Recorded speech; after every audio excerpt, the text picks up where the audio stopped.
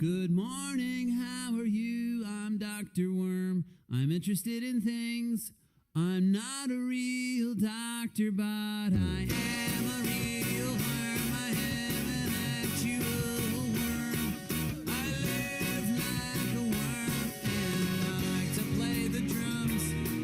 I think I'm getting good, but I can handle criticism. I'll show you what I know and you can tell me if you think I'm getting better on the drums. I'm not a real doctor, but they call me Dr. Worm.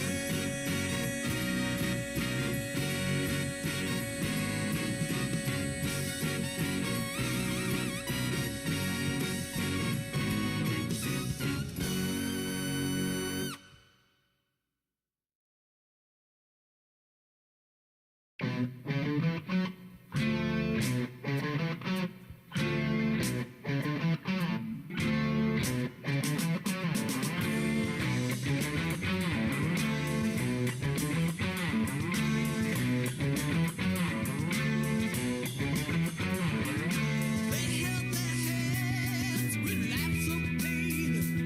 They learned from men who just refrain from glancing at a mirror's face.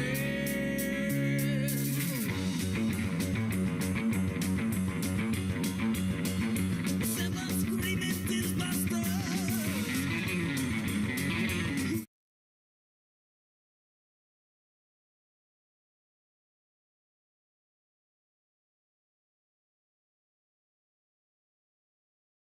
All right. All right. Hey guys, how's it going? Hola. Welcome to Evolutionary Medicine. We're a little bit later than we normally are, but we are here. And I am Kate. I am your host, and I am here with two, oh, wrong one. Whoops, there we go. Two lovely individuals who are both also emergency physicians. Did you hear that? We're lovely. Yes. You know, That's right. Yeah. She voiced what I was thinking. it's not every I day know. we get a compliment like that. So, hey, Yeah. that's pretty great. I'm a So, yeah. fan of the word lovely. It's I a good, it's use a good it word. quite a bit. It's Yeah. kind of British. Is it? Well, to say something's lovely as Yeah. opposed to a person, I suppose. right? Yeah, I suppose that's true. Spot on. Something's Yeah. lovely or brilliant. Brilliant. That's that's the one I know. That's brilliant. Absolutely brilliant. But yes, tonight on Evolutionary Medicine, we are talking about brains and behavior, and within that, ADHD and I guess ADD technically as well. A little bit about drugs for ADHD. Yes, so all the little bit different kinds about- of treatments. We're gonna like throw in a little bit of autism just for fun Yep. because that's the kind of people we are. And yeah. Lovely brains. That's right. Yes. Oh please. Yes. Oh please. But yeah, so it should be an interesting one. This actually came out of a. I was trying to pick up that sign that was in front of us. Oh, I know. Yeah.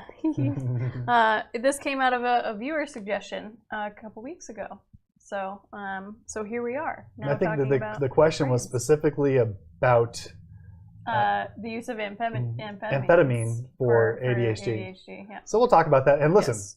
before we plunge into this too much, we'll give the usual disclaimer Yes. that although we are all doctors or soon to be doctors, Yes. Not this quite is yet not meant for to me, be but medical advice. And we're just giving our opinion. In fact, we're not even experts on Right. ADHD or autism. But you are physicians who can glean through evidence-based medicine and Do a little bit of gleaning. yeah. And there are some questions about ADD and ADHD. Right. And for the sake of convenience, I'm just going to say ADHD the rest of the night. Sure. So that why makes don't sense. you define it? What is that? Yeah. So, AD, is that a squirrel? Sorry. AD, That was pretty perfect. ADD is attention deficit disorder, and it implies a difficulty with paying attention, holding your focus for what we would consider a reasonable length of time. And by the way, that's one of the slippery points right there. Yeah. What's reasonable? Yes. And There may well be a ADHD squirrel over there. is Yeah, when it's right. associated with And the is kind it of you know, fidgety sort of, you know, some people are kind of giving it this all the time. Right. And so then we add a hyperactivity component, and then there's a mixed version. So there's really three. There's the one that's basically attention deficit. There's the one that's attention deficit with motor hyperactivity. Right. And then there's the one that has some kind of elements of both. Right. Gotcha. And there's also, I did bring along the criteria, which are huge and extensive, but that doesn't disguise the fact that they're vague and subjective. Right. Sure. And So for viewers at home, this is the inimitable Coffee Brown. Coffee Brown, Yes. Emergency physician. Dr. Joe Coffee Walcott. Brown and Dr. Right. Joe. We've got And we're Command both for- trained in emergency medicine. and Kung Fu, It is, and not so much me. Taekwondo. And Taekwondo. Yeah, that's pretty good. So yeah, and we're used to going off on tangents. Part of being an emergency physician is to be maybe a little bit ADHD. We like a certain amount of Well, because you have to be Well, able that's to. one of the places Yeah, I want to start, yeah. actually. right. Is So this is a bit I of a think we need to nail down some definitions. So we Yes, are I think experts. that's a great idea. We used to think, so emergency physicians have long been considered the paradigms of multitasking. And there was a Right. time when I took tremendous pride in the fact that we're like the best multitaskers in the world. Except there's no such thing as multitasking. that was probably. a question I think that I was asked when I came to interview Really? here at the university. How are you at multitasking? That was the question, and you had to give some answer and be convincing. Sure. So what we actually do is task shifting. And it turns out to be important to understand that difference.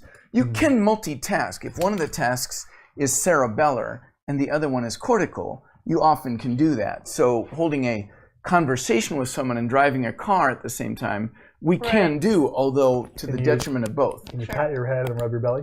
Yeah. And so that would be actually multitasking because that's two cerebellar functions at once, if you think What about about playing piano, where you have like a tune on the How do right you do hand the and one on the other left hand? I've never been able to do that.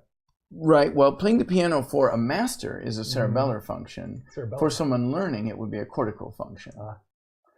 But where I'm See, going with that is, we've already hit all these different topics. I know, yeah. right? that This does is look very, like very ADHD. classic emergency doc. Task shifting, you pay a high price in cognitive ergonomics for that. Think about if you lived in a little motorhome and you have a table. Everything you do, you have to do on that table. Your office work with your laptop, all your meals, Right. your model airplanes that you're building, and grooming your dog. All has to happen on that table. So you clear the table and you put different equipment on for the next task you're going to do. You do that for a while. Oh, it's time to do the next thing. So you move this stuff off and you put your office or your tax work or something on there and work on that for a bit. And oh, time to work on the model airplane. So you move all that and put the model airplane there. Well, two things happen. One is you waste a lot of time rearranging that table. Right. And the other is you were in the midst of a flow state with this model airplane, but somebody said, oh, time for you to do taxes.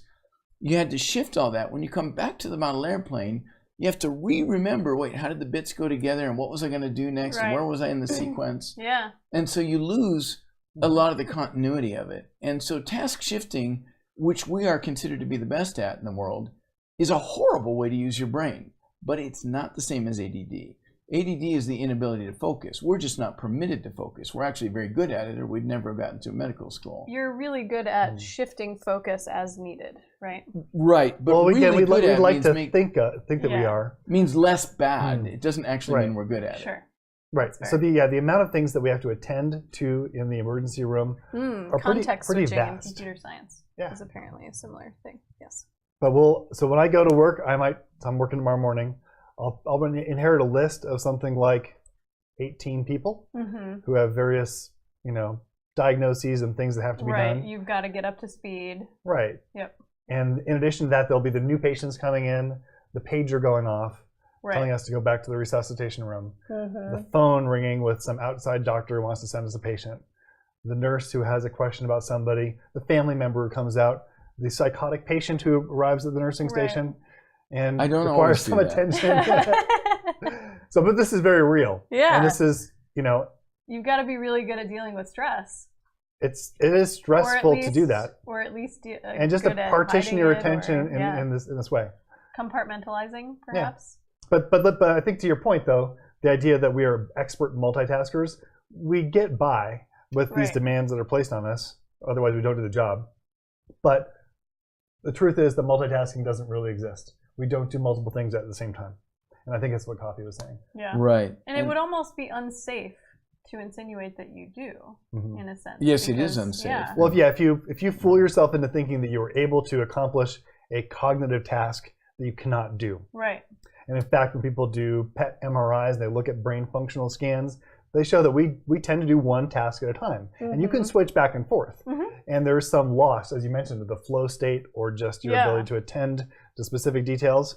And you can imagine that when you're taking care of a given patient who needs a certain thing, then you switch on to somebody else, you can get them mixed up. And so this is a pro tip. This does happen so often in the emergency department. It's one of the sources of error. It's one of the sources of problems. Yeah, absolutely. I'm not surprised by that at all. Flow states are very interesting to me. I've been like doing a little bit of reading about them recently, and because I do my best work when I am able to get into a flow state. So I've been trying to work as hard as I possibly can recently to facilitate the start of flow states. This is writing your dissertation? Yeah, oh yeah. And like writing specifically is when I feel it the most.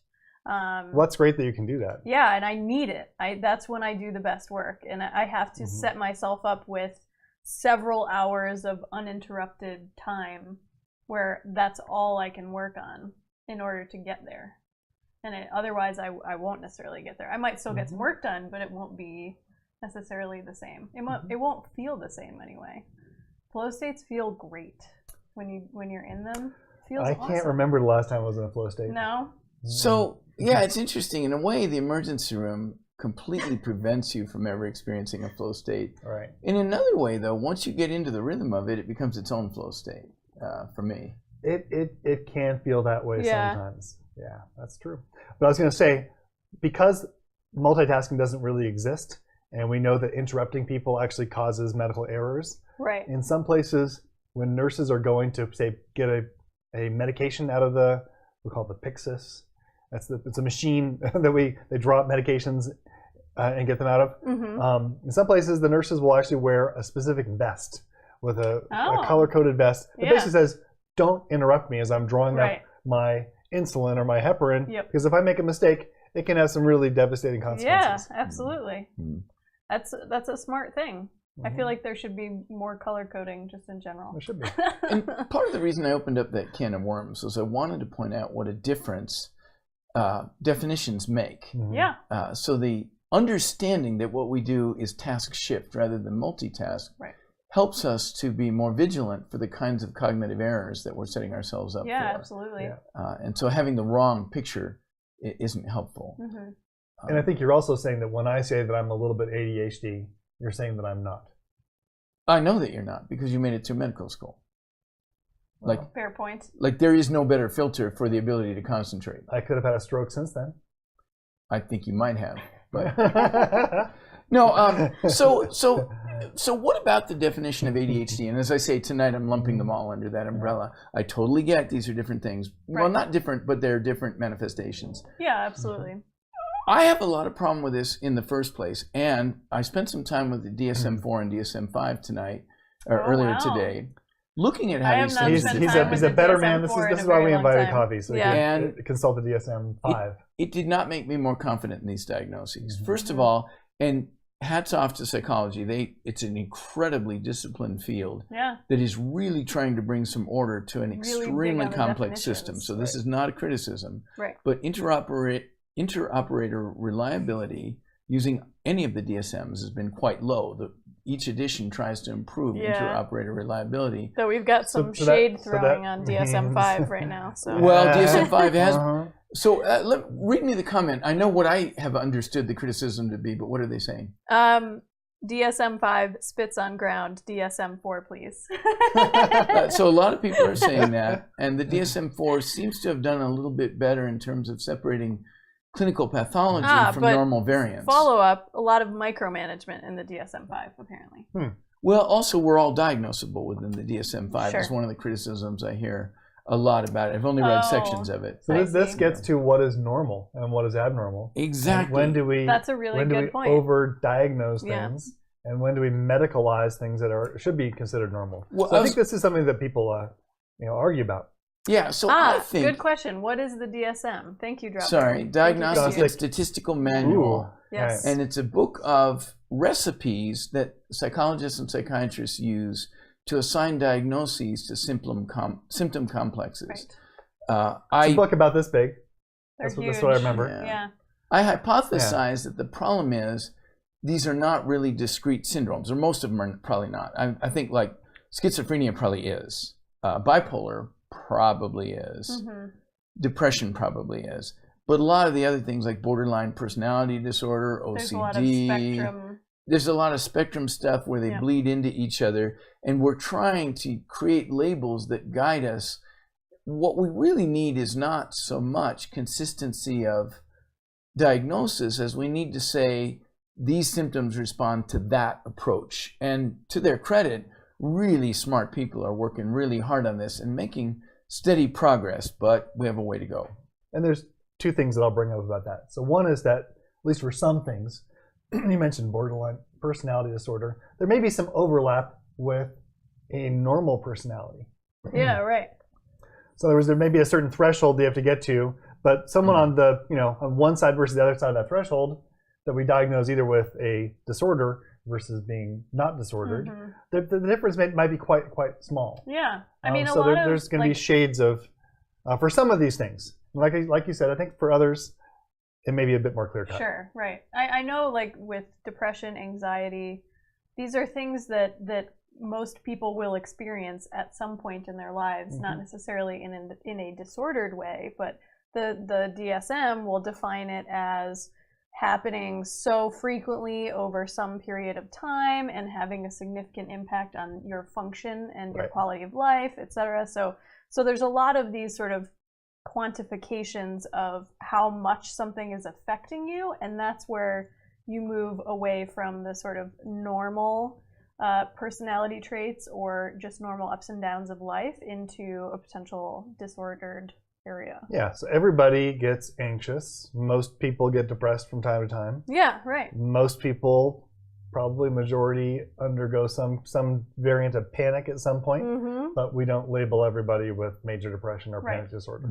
Yeah. So Consistency is part of it. There are a lot of age brackets for different diagnoses and things like that. Right. So I do not want to be perceived as dumping on the DSM. It's the best we have at the current state of the art. But I remember enjoying reading. Of course, I read the fourth version of it. Yeah, same. Yeah, I was waiting for the movie. Yeah. They keep coming up with these sequels, DSM-5, as you've never seen it before. The animated version. That might be kind of fun. Starring Donald Trump as, well, everything. Oh, gosh. Oh, you had to go there. Oh, no. Oh, no. Send in your hate mail, direct it to me, it'll be all right. But from an evolutionary point of view... Actually, we'll just diagnose you, frankly, if you take that bait. Oh, a lot of people have tried to diagnose him. Right. Yeah. But from an evolutionary perspective, the reason why there's this overlap with normal conditions is that it might be useful for thinking about why certain kinds of psychological traits have evolved. That's actually one of the things that is worth kind of just plunging into, is that absolutely. when we talk about evolution, and we, at least in this group, we agree that we do. humans have evolved along with all life on this planet. That is what motivates my teaching of evolutionary medicine. Right. But that's what motivates this show and podcast. Yeah. So. One thing that I think we brought up in previous podcasts is the idea that not only have, say, anthropometric traits like height and weight and BMI and blood sugar, not only are those traits things that we can say something about being something that has evolved on a population level, but in fact, behavioral traits have too. Yes, right. So your brain is the product of evolution. And so that means that some of these traits, the fact that we can have that capacity to be anxious or depressed, or to be hypervigilant and have difficulty focusing, have disordered sleep, or to have panic, all these things may have some potential evolutionary explanation. And there are people that have written about this. Randy Nesse, who's considered one of the leaders in the field of evolutionary medicine. Yes. He's a psychiatrist who worked for years at the University of Michigan, and he's written books and dozens of papers on this topic. Me as a non-psychiatrist, I'm aware of this literature, and it's something that interests me. Right. But the bigger point is that we are all products of evolution. And So on the flip side to that, there is, and this is true of all biological variation as well, not just behavioral, that there's either potentially some sort of evolutionary context there, or it could just be a byproduct of something else evolving. So so that's where a lot of this work lies, is trying to figure out, is this something that was actually selected for, or did it just come along for the ride with something else that was selected for? So that's another thing that that is often thought about in this context. There's also the fact that evolution, and here I'm going to speak teleologically, but there is no guiding mind behind it. Yeah, define teleology. I talk about evolution sometimes because it's just smoother, as if it had a will, an intention. Right. So which teleology is a big no-no can be thought of as in terms of intentionality. evolutionary So, Right. well, let me give you an example. What I was about to say is that evolution doesn't say, well, what would be the best way to fight malaria? It says, what have I got in this relatively random toolbox that I can apply to fighting malaria? Yeah. And so an accumulation of things like mutations and genetic shifts and stuff of that kind mean that at any given moment, I have these weapons. What I really wanted was a plasma ray gun, but what I have is a switchblade, so that's what I'm going to use to fight the alien monster. Or red blood cell. You're only able to use what you have started with. Right. And so so there's limitations of evolution. There are trade-offs in evolution. So sometimes we have to pay a high price to get something we want. For example, immortality came before mortality. Amoebas are immortal. Every amoeba in the world today is the original amoeba. They divide and they're both the original amoeba. But if we want to evolve, we have to age and die. You can't just put that out there. That is a. So I think that we're gonna have to have a whole another podcast on aging.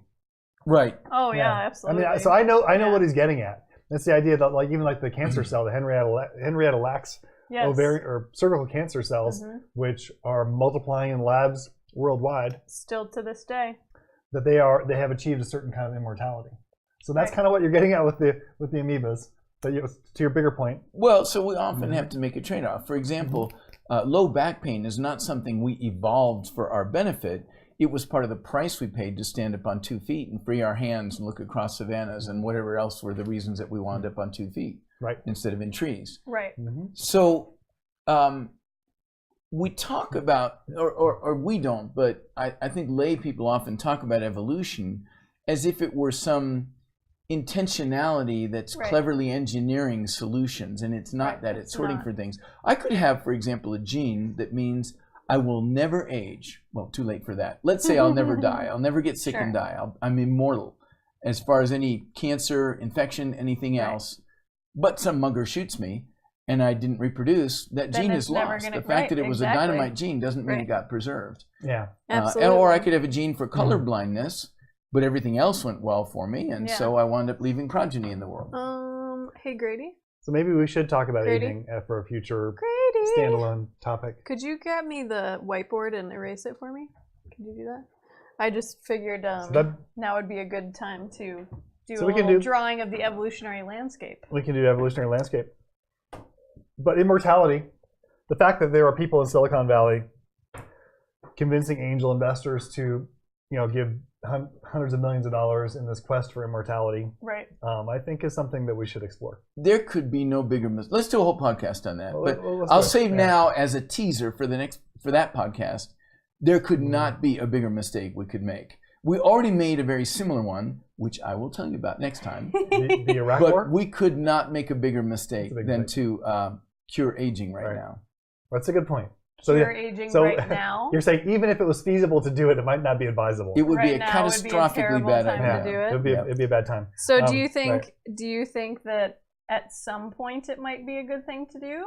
Yes. Okay, but just if in we were today's wiser context, than we are. Right, I would agree with that. I laugh heartily every time I hear the word Homo sapiens. It should be Homo narcissens. Yeah, right. Do you think a wise person would name himself Joe Wise? I'd like to be called Dr. Wiseman from now on. I think that's pretty good.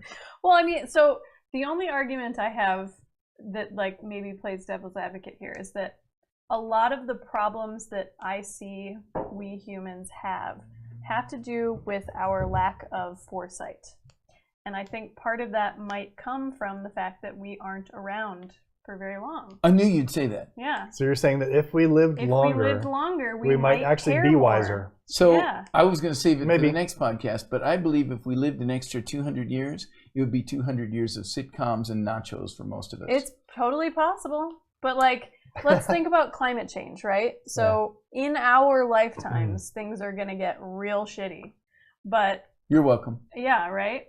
So, but like, if Courtesy baby people, boomers. yeah, Just right? one of the many gifts we're leaving. If you lived longer and you personally were going to have to deal with some of this stuff, not you specifically. I was just hoping to dodge this, in but it looks general, like I missed my window. Then maybe choices would have been made differently. That's all I will say. Or if we loved our children, for example. Well, I mean, there are plenty of people who certainly feel that way. I hope. Well, listen, I'm just going to throw it out there, and we can dive into this. That whether or not it's a good idea or a bad idea, it's just not possible.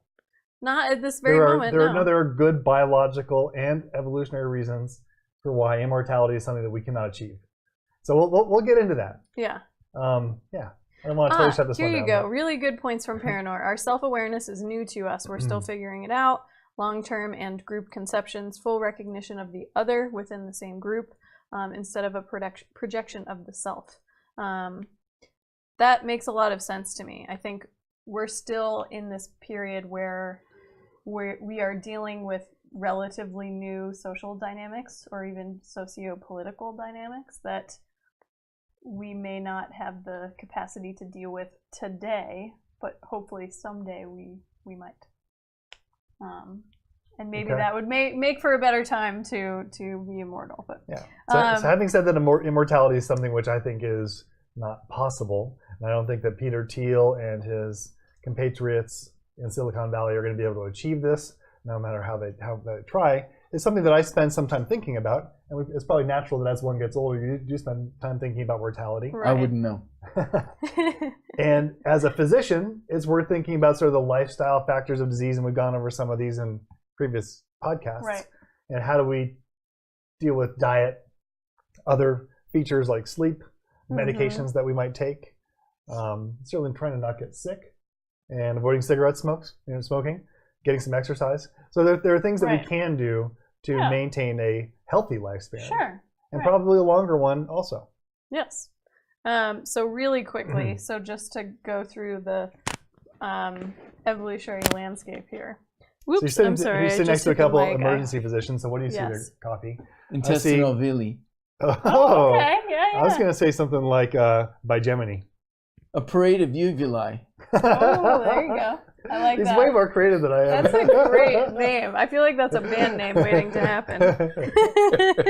Parade of uvulae. I love that.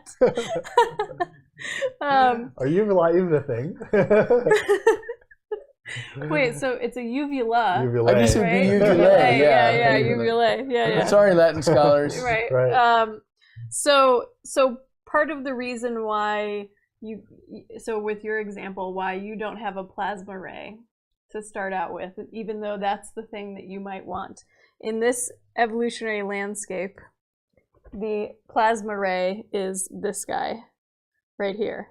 That's the potentially best fitness you could, or not even fitness. This is a fitness landscape. This is a fitness landscape. So let's say you want the plasma ray. This is the plasma ray. Unless you start out here, or maybe here, or something like that, in a place where natural selection could actually select you to get to the plasma ray, if you will, you won't really get there if you're over here, because the thing that you are going to move towards is this, and not this. Those look very suggestive. And I'm also, gonna remove that. To get here, you have to go through a couple valleys of death. Yes, exactly. So the peaks and valleys are a thing to contend with, and the point here is that you're going to end up with whatever your local maximum is, And that's what, okay, I need to stop Yeah, drawing but on these. the peak here would be optimum function and Yes. optimum fitness, I meaning can't you draw upside down. do a better job passing on your genes to, Yes, to the right. next generation. That is all it really means, is that you are better at passing on your genes to the next generation than anybody else is. And so whatever each one of these is, that's what you're going to get. And it depends on where you start. So if you're over here, plasma ray, probably not possible unless you have some sort of crazy mutation that somehow gets you closer to it. So this is like a figurative landscape. So people dream this kind of thing up to explain why it is that we don't have perfect health. Right. Why it is that we're not able to fight off infection. Right. Why we have really shitty backs. Bad backs. Why we get cancer. Clearly we are not optimally designed to deal with all kinds of things. Designed. I know, it's bad. But I mean, that's it. If you just didn't know anything and you said, you know, how good are we as humans at dealing with staying healthy and living a long time and having lots of babies, right. Things that we would think of as being evolutionary advantageous. And you can see all kinds of ways in which we as individuals, and even we as a population or a species, fall short. Right. Go ahead. So that's part of the answer, is that the fitness landscape gives us some reasons for why we're not perfect. Mm-hmm. An interesting example of this is there's a family line in Italy where they've traced back to a sea captain in the 1700s. Cool. Who had a specific mutation that basically makes this family line bulletproof to cholesterol. They routinely have cholesterols in the 300 to 500 range, but they don't get atherosclerotic disease. Huh. Now, funny. This did not occur because evolution woke up one morning and said, you know, there's too much atherosclerotic disease. I should create a mutation. There is another family line right here in New Mexico that has constant small cerebral intraparenchymal brain bleeds, little tiny brain bleeds that are just part of this family line. There's nothing you can do about them. It's part of their genetic line. Evolution didn't wake up one day and said, I think I'll just dump on this family. It's just a random background rate of mutation. Yeah. Most of them are bad. Once in a while, you get a lucky hit. It's like drawing from a really, really bad poker deck. You still, once in a while, are going to get a full house. Yeah. And if that full house doesn't lose to a bluff or something like that, then you can get some real momentum out of that. Right. So in the case of this family line, the sea captain didn't die. Cholesterol wouldn't have killed him. More likely a black ball, a black powder musket would have killed him. Right. But his family line made it for a while, and it was a long time later before it was like, wow, we're living long enough now that being bulletproof to cholesterol is really useful. Yeah. That's interesting. That actually wasn't a big deal in those days. And have they actually identified the specific mutation? Guy, yeah. Is it the gene? Is it the specific mutation, yeah. There's people doing research on it to try to figure out how the rest of us can benefit and so forth. Yeah, I was going to say, because maybe with CRISPR, we could all have that. Yeah, I haven't heard anything about it. It was like 10 years ago I read this article, and I haven't heard of any progress out of that field yet, but I'm sure it will occur. Yeah. And when it does, it'll produce some hellishly expensive drug that we'll all line up for because, hey, to mortality, right? Yeah. Which would be a terrible idea. And by the way, there'd be a lot more to immortality than that.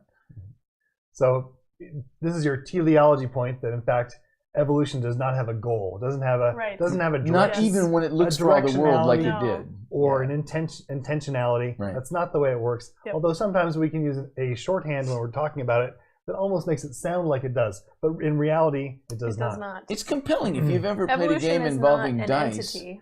and you get 3 or 4 bad rolls in a row, you feel like the dice are out to get you. Like there's some intentionality to it, but there's not. In fact, Penn Jillette of Penn and Teller, Penn and Teller says, luck is statistics taken personally. I've heard that quote before. That's a good quote. I think isn't that in the video about vaccines and autism? He made but that's a really great video about vaccines and a lot of causing F-bomb in it. autism. I learned it from my class every year. It's a great video. So let's just put this out there right now. Vaccines do not cause autism. Yes, we have talked about this before. End of story. Yes. But what about I saw the light mentioned going out the of his fact precious that little eyes this as is they not were a thing. injecting him? That could happen. That could not happen. Okay. But that is a really great quote for sure. It really is. Yeah. So back to ADHD. Yes, back to ADHD. Back to human personality and kind of things that we think of as being bad for us, like anxiety or depression, or maybe even vigilance, hypervigilance, and not being able to focus. Exactly. So I think the other mistake that you could make from a medical or evolutionary standpoint is just labeling everything as pathological. Right. If we think Yes, that absolutely. we as doctors, our goal is just to remove all suffering, take away all anxiety, take away all pain, and make everybody sit still during class, then I think we would make a mistake.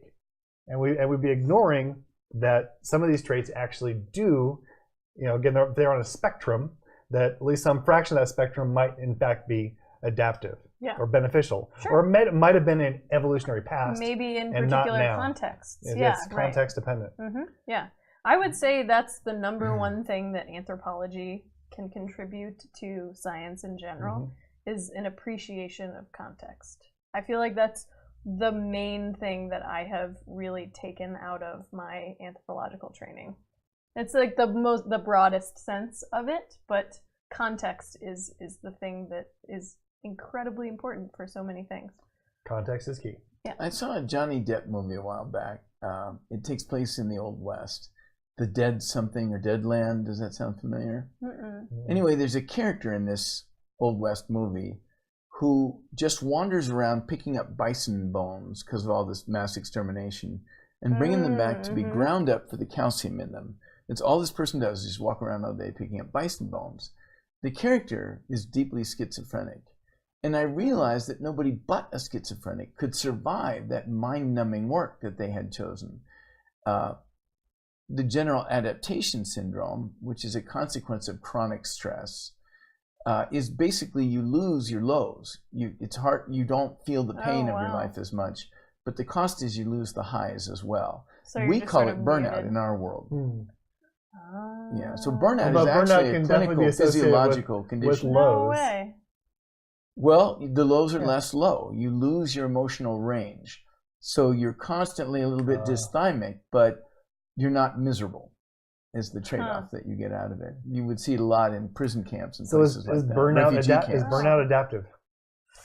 Well, my thesis is too strong. Hypothesis in this context is, I think that that's the kind of thing that looks like a maladaptation to us, but prevents people from dying or giving up or killing themselves. It allows them to plug on through some hellacious. Yeah, you just sort of. And a lot of human life has been pretty hellacious throughout history. Sure. Yeah.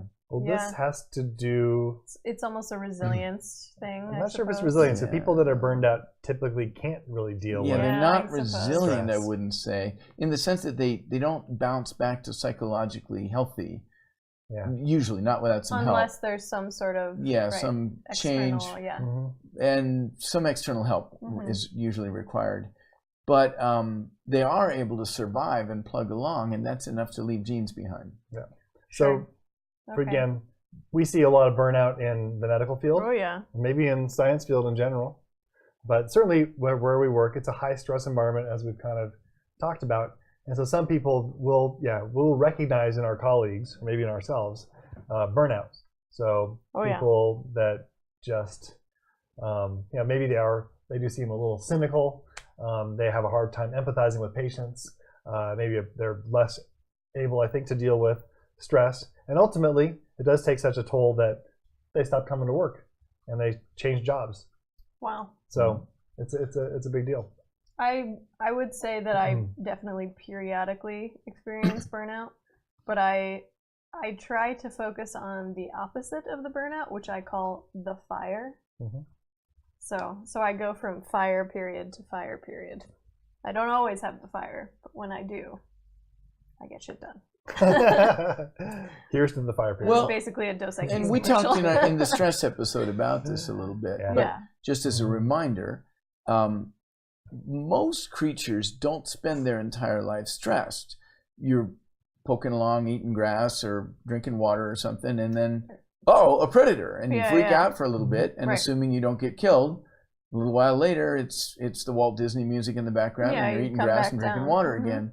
But in our world, we don't have 1 minute of our lives that we don't have deadlines in front of us. Every one of us, when we look at our calendar, there's appointments all over it, and they all require that we have done something by some other time. Yeah, the stressors may be 7 p.m. different. inertia TV. That's right. Yeah, so we're never, ever calendar item. Not working under some kind of deadline. So we're stressed at a lower level than if a monster entered the room, but constant. And that's not actually what we evolved for. Right. And I know a lot of people who are looking at how problematic that can be. If our baseline is just sort of always being activated, then that's really problematic. True. Yeah. Not to be a downer. Vacation for the win. That's right. Yeah, Yes. and I Yeah. think shorter, Well, more frequent yeah. And this vacations is might why- make sense Right. in this Yeah, context. so- Yeah, or even just like I've thought about this quite a bit, where in working on a dissertation, I can't be at 100% productivity all the time. I just can't. It just doesn't happen. So you have to build in breaks, and that break might just be 15 minutes, it might be a couple of hours, it might be a weekend, it might be a week, it just depends, but you have to sort of build in. And I almost think about each one of those segments of time as a vacation, in a sense. That and Is this a celebrating vacation small for you? victories. In a sense, yeah. I mean, I certainly work really hard to put this out, and there's a lot of time involved in prepping for it, but when I'm actually doing it, I greatly enjoy it. When I she's always have a relaxed, fun she's time. happy. Yeah. That's right. It's true. It's very true. It's like magic, right? Mm-hmm. So yeah, I mean, it's just I guess it's all in how you think about it. So yeah, I don't know. Thinking about different breaks as vacations and celebrating small victories I think those are my 2 pro tips. And exercise. That too. So That's Which my I pro don't tip. get enough of right now, so. I have a huge problem with the gigantic number of people that are diagnosed with ADHD. I have people in my Way to class bring it back. who think they have ADHD. And here's the thing. I think, I'm just going to walk away from the DSMs for a minute. Yeah. Mm-hmm. I think in order to say you have an attention deficit disorder, you have to not be able to pay attention. So the kid who can build a plastic model, or who can learn to get to the 11th or 57th level of Mario Super Brothers, or who can beat Pac-Man, Yeah, that kid can concentrate like crazy totally. when he wants to. Right. Problem is he doesn't want to concentrate on what I want him to concentrate on, Right. which is the spelling bee or the multiplication tables, Yeah. or calculus, which I would hold till 3rd grade. But, something like that. Calculus in 3rd grade. So we often are diagnosing kids with ADHD Donkey because Kong. they can't concentrate when we want them to. But So- they're Right. perfectly capable of concentrating Yeah, when they yeah. want to. So- And I would So say what by does that definition. So Yes. are we evolved to sit quietly in a classroom for many hours during a day and not fidget and Right. pay close attention to whatever Yeah, how teacher's much of saying? human history Not has that really. been characteristic Right. of? No. So Yeah. clearly this is a highly unusual Sure. environment for children to find themselves in. It's amazing we can do it at all. Yeah. So Yeah. Of course we have to medicate our kids. I mean, we are incredibly adaptable as a species. Mm-hmm.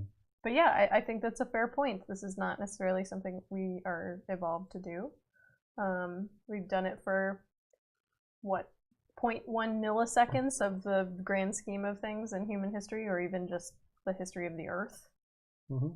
It's like minuscule. So I agree with you, Coffee and Kate. I think You that look at me. I know.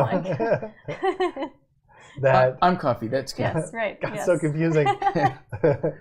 That I think that ADHD is overdiagnosed. Yeah, I think it's real. I Don't think get me it- I wrong. think I it's a real definitely thing. think it's real. And Yeah. I'm sure that we would hear from people in the audience or that listen to this later that would tell us that they, in their experience, the medications can be a Very complete helpful. game changer Totally. and they Yeah. transform their child in a way which is really good. Absolutely. But having said that, overdiagnosis is a real thing. And Yeah. especially when a disease spectrum does overlap with what we might think of as being normal behavior. Mhm. And really what we're asking kids to do is something which is they've not evolved to do. Right. And it's kind of remarkable that anybody can do it. Yeah. And we're paying some real consequences for it when we do succeed in getting kids to sit still in classrooms all day long. Mhm. Well, most of the plagues of modern society, the so-called metabolic syndrome, is a direct consequence of a sedentary lifestyle. Yes. That's true. I am quite familiar So with maybe metabolic even if we syndrome. could get kids to sit still, it wouldn't be a good thing.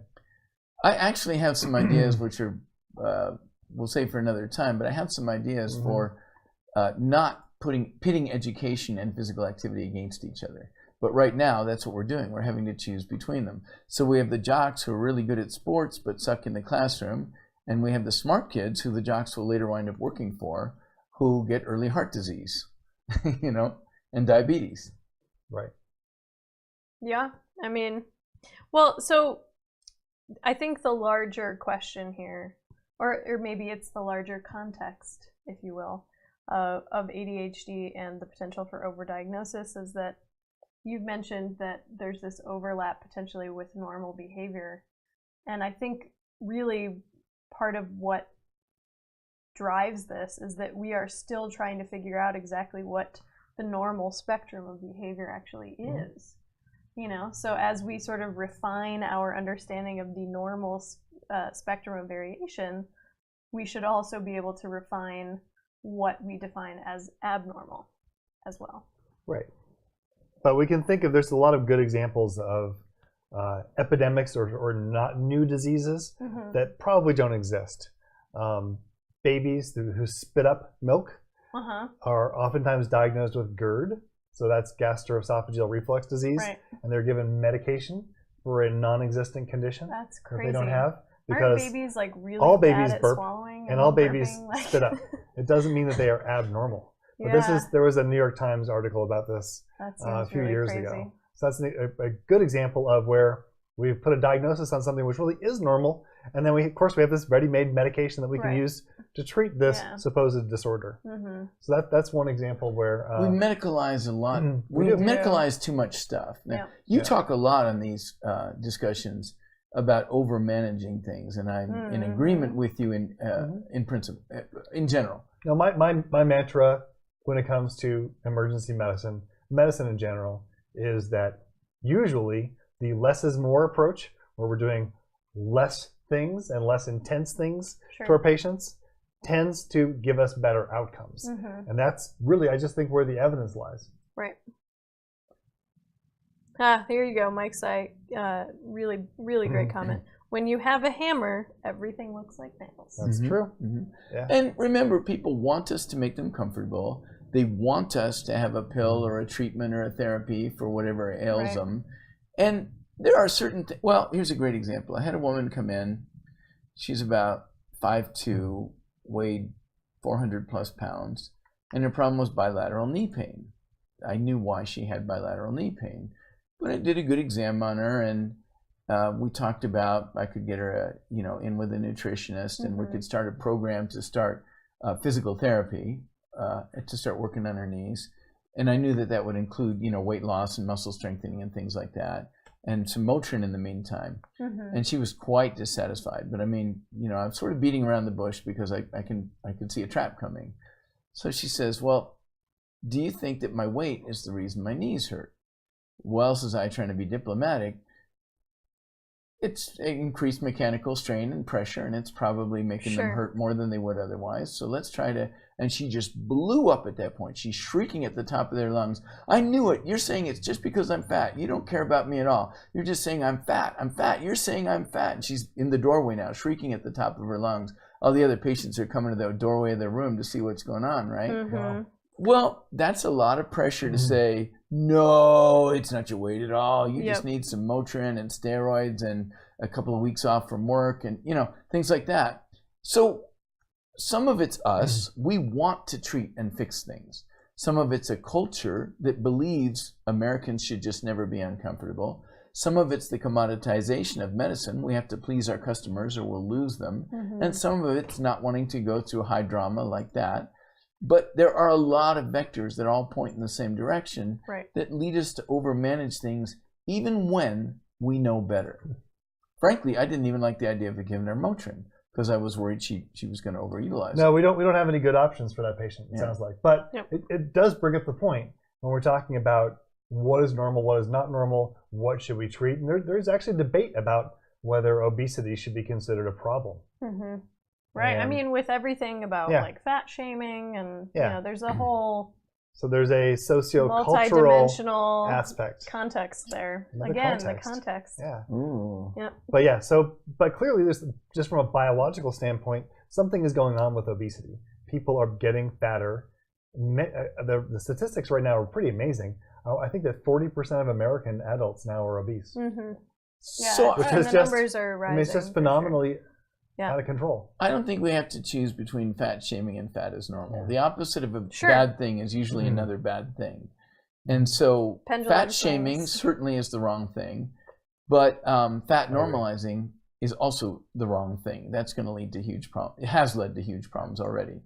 So we want to help people to have healthy body weights, if we could figure out what that means. And we want to help people to feel okay about working toward healthy body weight. Like if I go to the gym and I see someone who's clearly way out of shape and maybe overweight and so forth, I don't think, what are they doing here? I think, good for you. That takes some discipline to get yourself into the gym when you don't yet feel like you're in good shape for it. But what if Right, discipline totally. is just a trait like every other, and that there's you can just plot it along the spectrum, and so we shouldn't be, criticizing someone for a lack For of not discipline having and going discipline. to the gym. Totally. I can yeah. respect the presence right? of it without criticizing the lack So of it. maybe that's just something that just happens, and we shouldn't blame people for their overweight.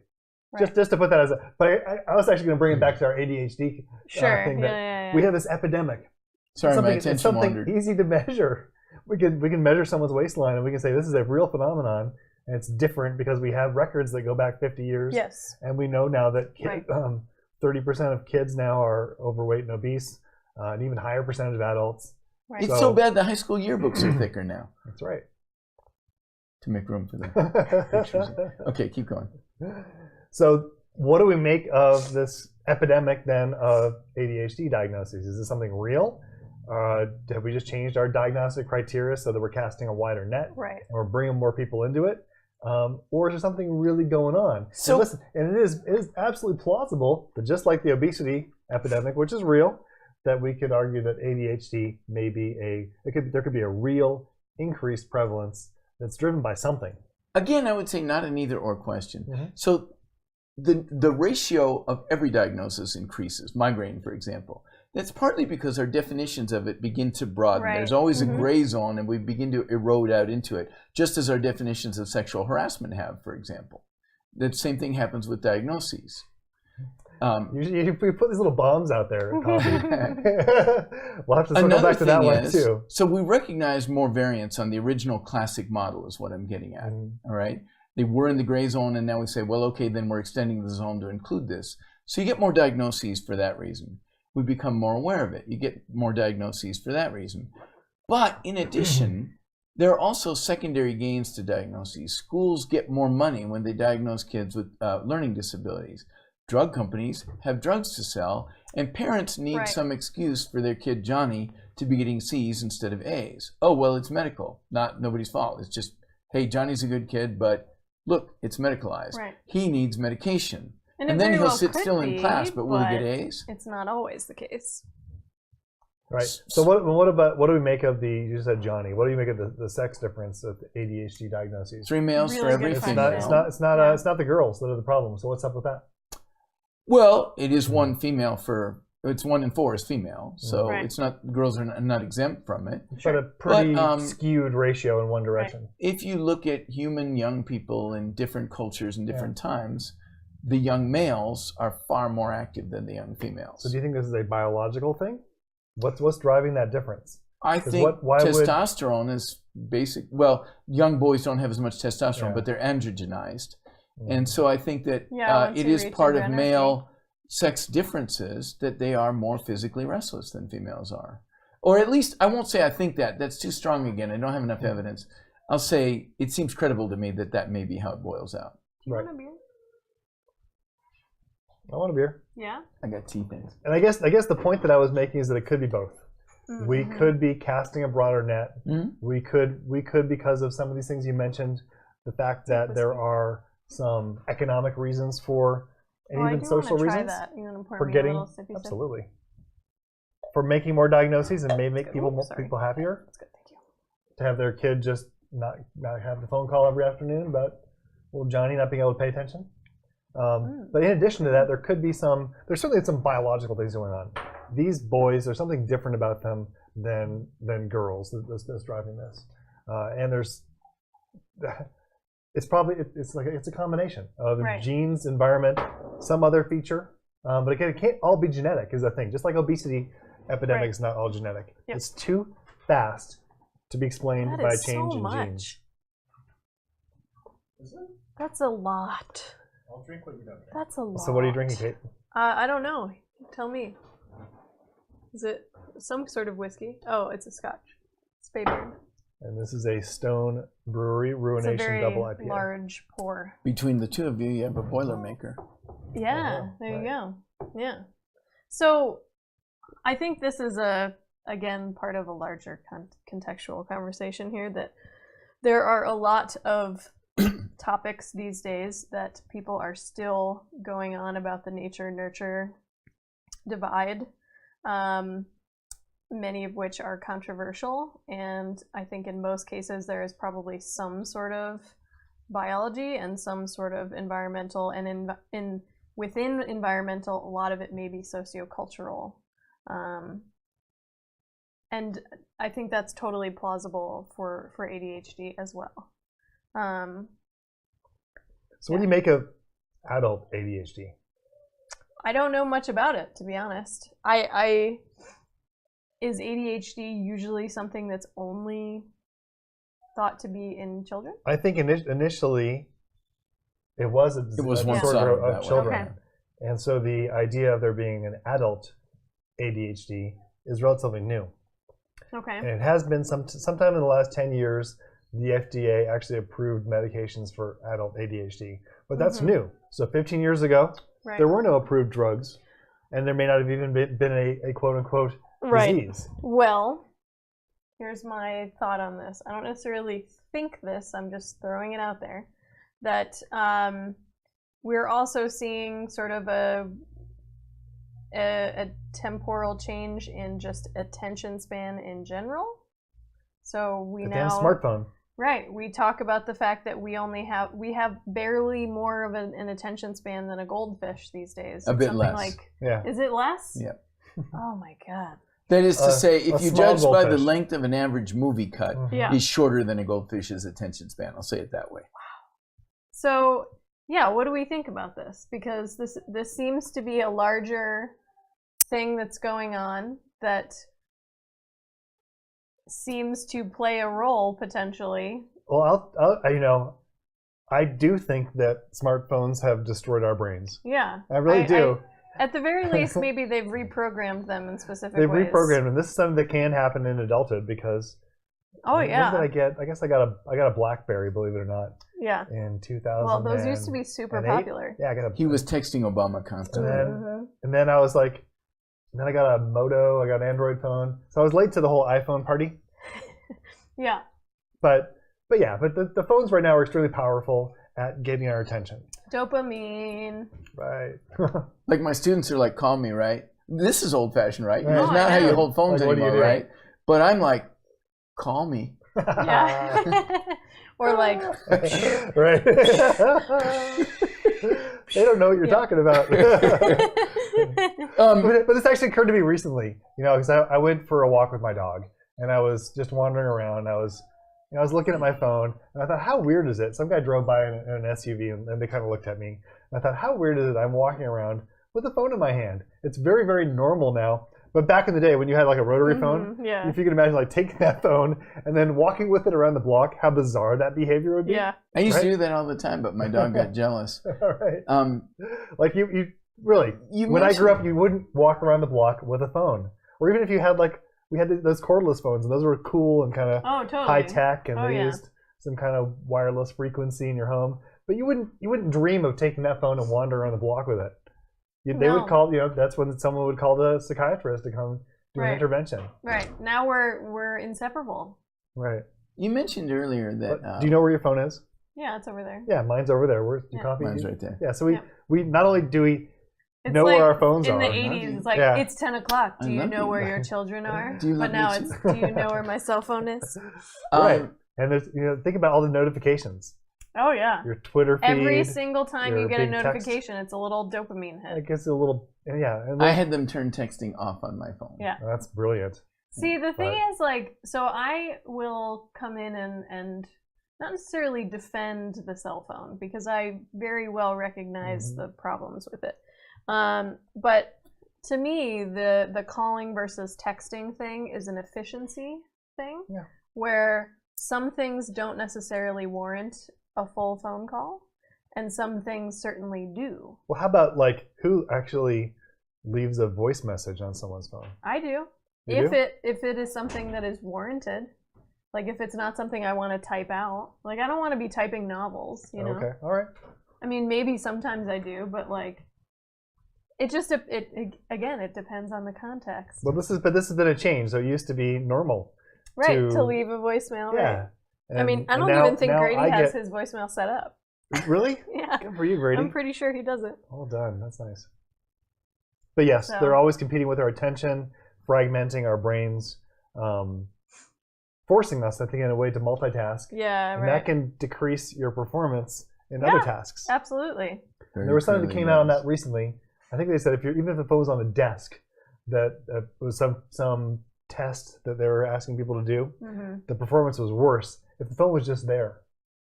It was competing with some neuronal activity. Yep. You know? I mean, now you have like you're out at a restaurant or a bar or whatever it is, and you put your phone out on the table and it just sits there and it's constantly I did that today. Drawing your attention. There's a thing I like that some people have started doing where everybody puts their phone on the table and whoever reaches for their phone first picks up the check. Totally. That's a great thing. Yeah, right. And I know a lot of parents insist on no phones at the dinner table. Like there are certain cultural things that are coming out of this. No, I went over to dinner at someone's house and I was the one who got berated for getting my phone out. Yeah. I keep mine in my purse. That's good. So I don't feel the same sense of addiction in mine. You had mentioned earlier that obesity is objective. You can measure people and say, well, you're pretty big, 46-inch waist, you're getting there. So we're pretty confident that the BMI, body mass index, has gone up. We should talk body composition, not BMI. It's true. So we'll just say just look at waist circumference as a standalone. Right. Pitching for the other side for a second, an argument I've heard made that I thought we could talk about is, well, there is an objective test for ADHD. Okay. If I give you amphetamine and you calm down, you are demonstrably metabolically different than normal because amphetamine should have wound you up. Right. That made sense to me for a long time. I'm expecting we'll get some messaging on this. But I still come back to the idea that if you can concentrate when you want to, then you don't have a disability to concentrate. You're just not concentrating when I want you to. Sure. So I'm not sure that compelling bit of evidence does actually mean that. But it looked like it did for a while. I thought it did. And just as an aside here, the idea that it's bad to not obey some non-related teacher authority figure is, again, sort of a bizarre thing if you think about it from an evolutionary perspective, that it might not be advantageous for you to be under the will of some non-related adult. Social animals do not uncommonly co-parent, so that's not amazing. But I'm saying you could imagine, things like the grandmother hypothesis. I'm saying someone who's not related. Parenting. Yeah. Ooh, I love parenting. I got chills just then. But I could imagine that it would be adaptive under certain circumstances for a kid to act out and to not obey. That may actually be a good thing. Well, we often canonize. And you know what's great about kids this who don't obey is that I don't have kids, so I can say this. It's your kids we're saying this to, not ours. Sure. Right. And who actually welcomes having someone else criticize their decisions they make about their children? Yeah. Don't give your kids that medication. But you are parenting your kids wrong. Write us, we'll tell you how to do it right. Everything wrong. This is definitely a slippery slope. Yeah. And that thing you did this afternoon, that's going to scar your kid for life. That's right. And you probably wasn't breastfed either. Yeah. At least not recently, but then he is 23. So speaking of breastfeeding, so tell me if I don't think I'm going to pronounce your name right. So tell me how to actually say it. But either Thader or the TR, one of the two, asks a very pertinent question. All right. Any good research on gut microbiome and behavior? Our favorite topic. Oh yeah. So all right. Should I jump in here? Yep. Yeah. There's this gut-brain axis. Yes. So this, and I think the fastest way to a man's heart is through his stomach, right? That's right. So I brought in an example of autism. Yes. So autism, of course, is a behavior and brain problem that we don't understand very well, and there's a lot of research on the gut microbiome impact on autism and whether we can give medications to improve behavior and kind of remedy some of the deficits, if we call them that, in children with autism. Mm-hmm. And I have a friend who actually did some of this research and gave a fecal transplant to children with autism, which was just amazing. Wow. So and it actually temporarily worked. We can her research you can criticize because it didn't have a great control group. It was kind of a before I'd be and like, after. look, man, I'll play with the other kids if you stop giving me fecal transplants. All right, I'm there. But I went to her lab, and she actually had these little plastic containers that were full of puke. Basically, they're brown. It was poop, and the kids actually drank them in the study. I mean, Wait. I think they were mixed with chocolate milk. I swear to God. Is this in pill form? No. It's okay. They It's just chocolate milk. They just drank it. Like actual poop in chocolate milk. It was purified poop. I know it smells like shit, but I'm it's not chocolate sure milk. exactly Trust how me. they purified it. So if there's How did they ever get this past the IRB? I know. If there's a That's connection- what I'm Give this to asking. kids and tell them it's chocolate milk. Oh my god. if there's a connection between autism and the gut, then it makes sense that there would be a connection between ADHD and the gut, right? Sure. Because the vagus nerve, a Oh, lot of God. neurotransmitters Oh. are made in the gut. If coffee ever recovers here. Have you ever heard of enteric-coated pills? For the love of God. Oh god. It's a different kind of coating. Oh no, Mike says he has to make this on stream now. You might get a lot of views if All right. you drink poop on stream. Although it might be against TOS. Yeah, maybe. I feel like it probably would be. Don't get too far from I your think trailer. it's very plausible. I haven't actually looked up the data on this, but in fact, I think that when we think about treatments for ADHD and the amphetamines in particular, that actually can feed back and have an impact on gut microbes. Wow. So we'll get into that if we can.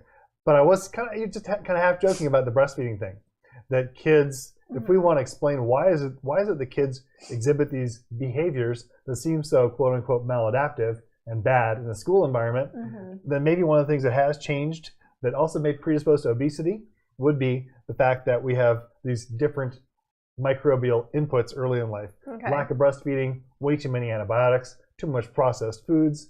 You can go on and on. But it's very likely that ADHD might be associated with changes in the gut microbiome in a bad way. Your hypothesis would imply that if the developmental stage has the wrong microbiome, then giving them a better microbiome later isn't going to reverse the problem.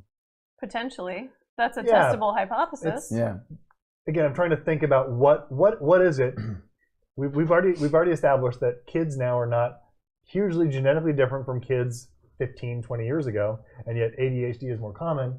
So what has changed in the interim? Well, more commonly diagnosed. Yeah, so maybe it's a diagnosis problem. Maybe, though, it has something to do with some other environmental input that's mucked up the microbiome.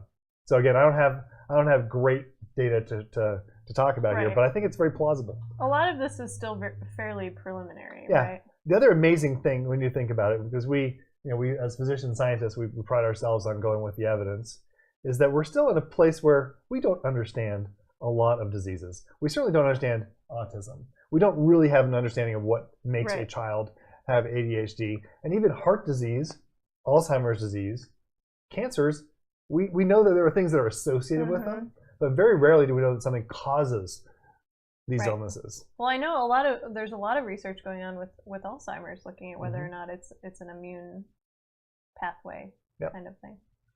Yeah, and I think there's some decent evidence of that so far. So Anyway, there's a microbiome input to almost all these problems, yeah, for sure. which is great as far as I'm concerned. So what's actively being done to test for this, and where is it going? Well, so I can talk to the autism part of it. Okay, sure. So in the autism study, they looked at a bunch of different behavioral traits, and I don't have the paper in front of me, but these were based on both having the children perform tasks and also, but mostly asking the parents to rate their children's behavior. And so they gave these fecal transplants. Almost all the studies on ADHD that I could find had to do with asking parents about their kids' behavior. That is a potentially horrible study problematic. design. Yeah.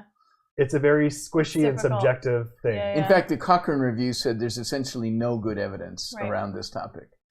Yeah, so we're And kind of screwed. very potentially influenced by the placebo effect, which we talked about last Exactly, yeah. And just potential for bias. Yeah, so if, for sure. if parents think their child is getting something which is useful, Right. then they may be more prone to think that indeed there was a Or big even effect. if they just want it to be useful. Well, of course they do. You know, wishful Right? thinking. Yeah. Which is why I think a lot of people believe their therapy if they trust their doctor. Yeah. They're going to believe in the therapy. So the problem with that big study that came out is that there was no proper blinding. You couldn't blind children to whether they're getting the poop or not. And, or I guess with the informed consent with the parents, they had to tell them. Sure. And the other issue Unless is that it's in pill form, like they didn't have to drink a poop milkshake. well, so I think that the next test will be having a strong Because like you could take double-blinded a pill and you wouldn't know you're actually taking. Yeah, of course you can do this. I think that they're going to have to. Sure. Because they did have promising I can't believe this results. was the first step instead of a pill. I can't believe an IRB passed it. I was kind of amazed too. Oh my god. But you know what? The bottom line is that it doesn't really matter. Yeah, it happened. If it ends up in the right place, it doesn't matter how it gets there. And if you can convince kids to do this, then Do you have a reference for this? You know the author? So the primary investigator, it's actually one of our slides. Oh, is it? Okay. It's let's Dr. John Smith in the Journal of Irreproducible Results. Let's scroll. It actually has some details on it. Yeah, keep going. Yeah, it's going to be further on. Hey, we got some sciencey slides we could look at. Right here, this is the one. Here we go. So the principal investigator is Rosie Krajmalnik-Brown. She's at Arizona State University in biodesign. So here's what they found. They gave these kids microbiota transfer, which is a fancy way of saying they fed these children poop. And they had an 80% reduction in GI symptoms. That was constipation, diarrhea, abdominal pain, and their autism spectrum disorder symptoms. And I forget exactly how they measured these. They improved significantly. But with the caveat that the work didn't really have a good control arm, and so we can criticize them based on that. And that's why here's another one. That's why this paper was not published in the Journal of Science, as I understand it. Here's another one. So this has one. The first author of this one you posted, Paranor, is another one of the researchers on the one we did. The final author is still Rosa Krajmalnik-Brown. Yes, right, yes. So she's at ASU. Team. She's really cool. So full disclosure, she's a collaborator of mine. Don't let her make lunch for you. I know, right? So yeah, I am inclined to think that this is a well-designed, well-done study, and but they do need to do some follow-up. Let's see. So this one they did. Oh, okay. So they start with antibiotics, a bowel cleanse, and then an extended fecal microbiota transplant. Go to the methods and see how they did I want to see what this is. So you mentioned that it's purified poop? Well, they did screen it for disease, and I think that they filter it, but really it's just bacteria. Sure, yeah, it's just the bacteria from usually when we think about... That's slightly less bad. It's like eating yogurt, I guess. It's just bacteria. Speaking of bowel cleanse, if you look in the dictionary next to the words false advertising, you find a picture of go lightly. Oh, yeah, yep. So I guess that's something... The most aptly and ironically named medication ever. So bowel preps, this is for people undergoing colonoscopy. I can look forward to this in the next couple of years myself. Yep. They actually also radically change your gut microbiome, as you might expect. You'd predict that. Sure. So they gave it orally. 2 routes of administration were compared. Okay. Oral versus rectal for the first dose. Oh, okay. So they give it to some kids rectally. Okay. But orally, they just had them drink it, as far as I know. That is so crazy. Yeah, Oral. It doesn't... That's by mouth. It's not NG tube, right? Nasogastric tube. These kids just drink it. It doesn't really. So. Look, mixed in chocolate milk. I was right. What the hell? Booyah. Did the kids experience a short-term sort of gastroenteritis type syndrome as they re-equilibrated, or did they not have any symptoms? I don't think that she mentioned that. So SHGM. Except that the kids actually did better. They had less diarrhea, what is less SHGM? abdominal pain. Who? SHGM is the acronym. I didn't see it defined. Good stuff. Hang on. Must be up here somewhere. So the paper also mentions that fecal transplantation done in a very similar fashion is commonly done for people with Clostridium difficile. So that's terrible infection, causes this gut inflammation. And so that actually does kill people. And so I think that when people are desperate, people with C. diff say, give me the transplant. Right, yeah, I want it. I feel so terrible. And they don't care. I can't But find they get over I would too, except I'd say, give me the transplant pill. I want it. Well, they do. Like I said, it doesn't seem to Don't make give me the a huge milkshake. Give me the pill. difference if you give it rectally or orally I or do by not pill. believe for a second that's chocolate milk. Take it away. But yeah, amazing to me that they actually got these kids to actually do this. Yeah. And to drink the chocolate milk. As I recall, you do endorse yogurt and acidophilus milk. So standardized human gut microbiota is the SHGM. That is what is mixed in the chocolate milk. Which is poop. But is it poop? Yes. Is it actually still poop when it goes in there, though? That's my question. Well, it's not solid. It's liquefied. Okay. But couldn't you remove? I think all the fibery bits come out. Okay. Poop is about 40% microbes by weight. Yeah. But the stuff you're taking out, the little bits of fiber in that, Yeah. are the parts that wouldn't have made you sick. It's the microbes that, Yeah. that are the part Sure, where yeah, you absolutely. What I saw when I actually looked at these pre-transplanted samples, Yeah. they were in a little plastic bag, kind of like an IV bag, and it was liquid, brown colored. I'm sad. It looked like poop. This is my sad face. That's. Hey, you know what? You can't argue with the results. I'm not signing up for that. The kids ended up getting better. I would take a poop pill, but not that.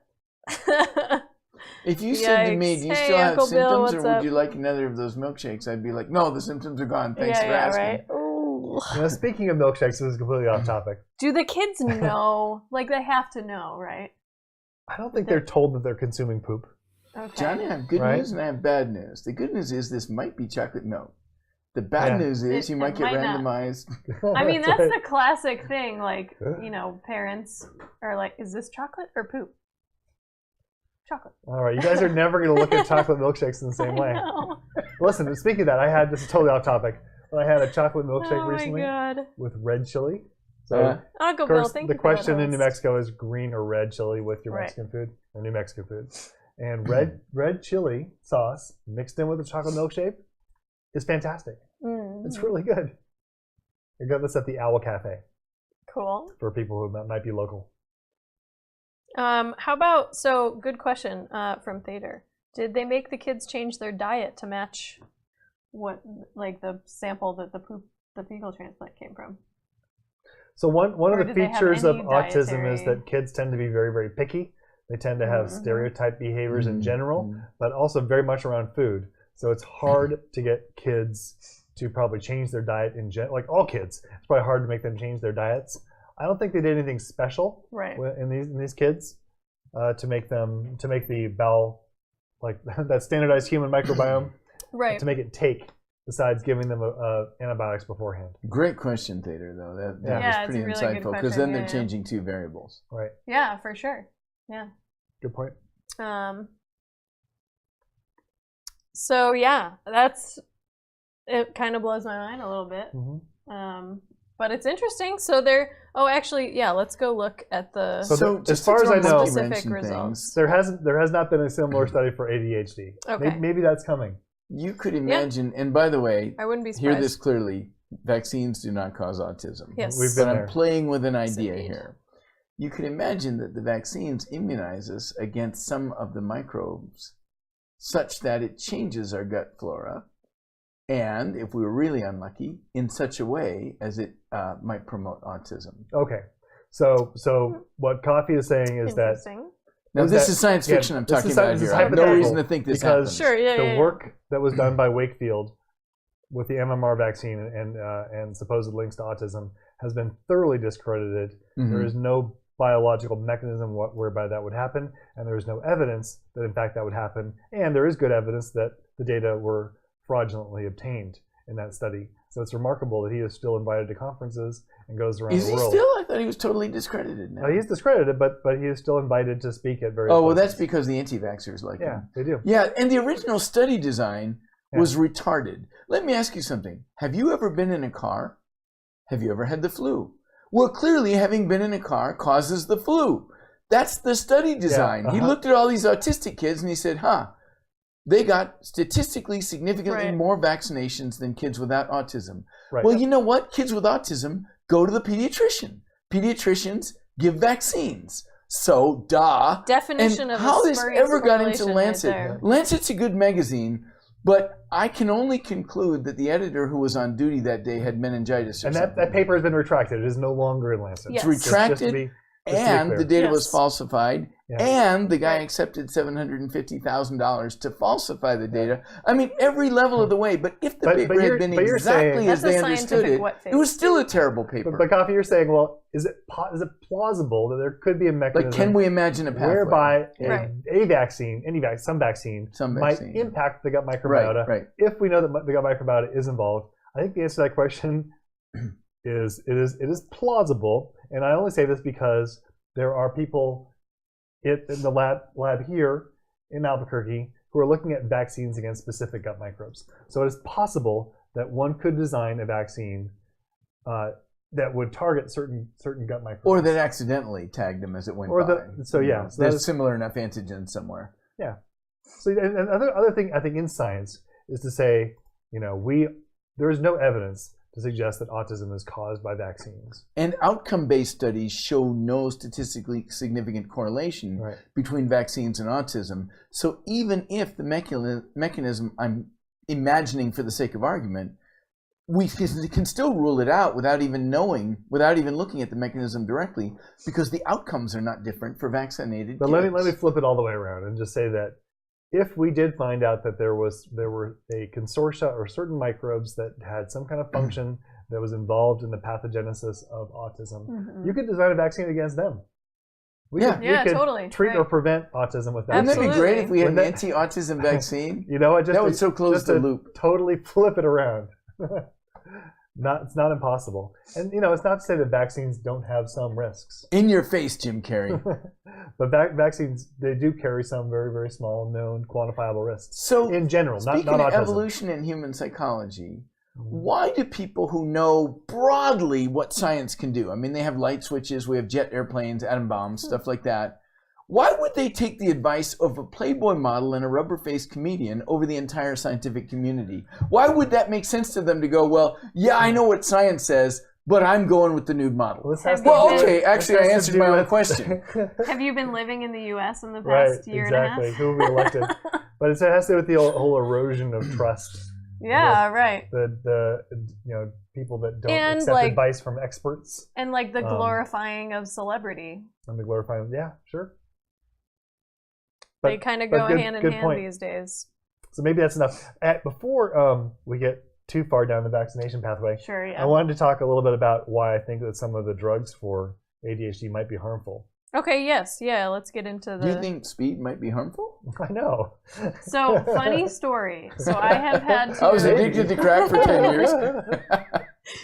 So, funny story. I've had really terrible allergies, I'm sure you know, recently, and I have Allegra. I don't remember what the active ingredient is in it, but Allegra is the only one that seems to work for me, and right now I have the Allegra with the pseudoephedrine in it, which is it's Sudafed, speed. But it's also speed. And Sudafed is not speed, by the way. Well, it's not. So amphetamine is speed, right? Technically. Yeah. But Sudafed is sympathomimetic. It's in meth. It's the active ingredient in meth. Well, it's a precursor.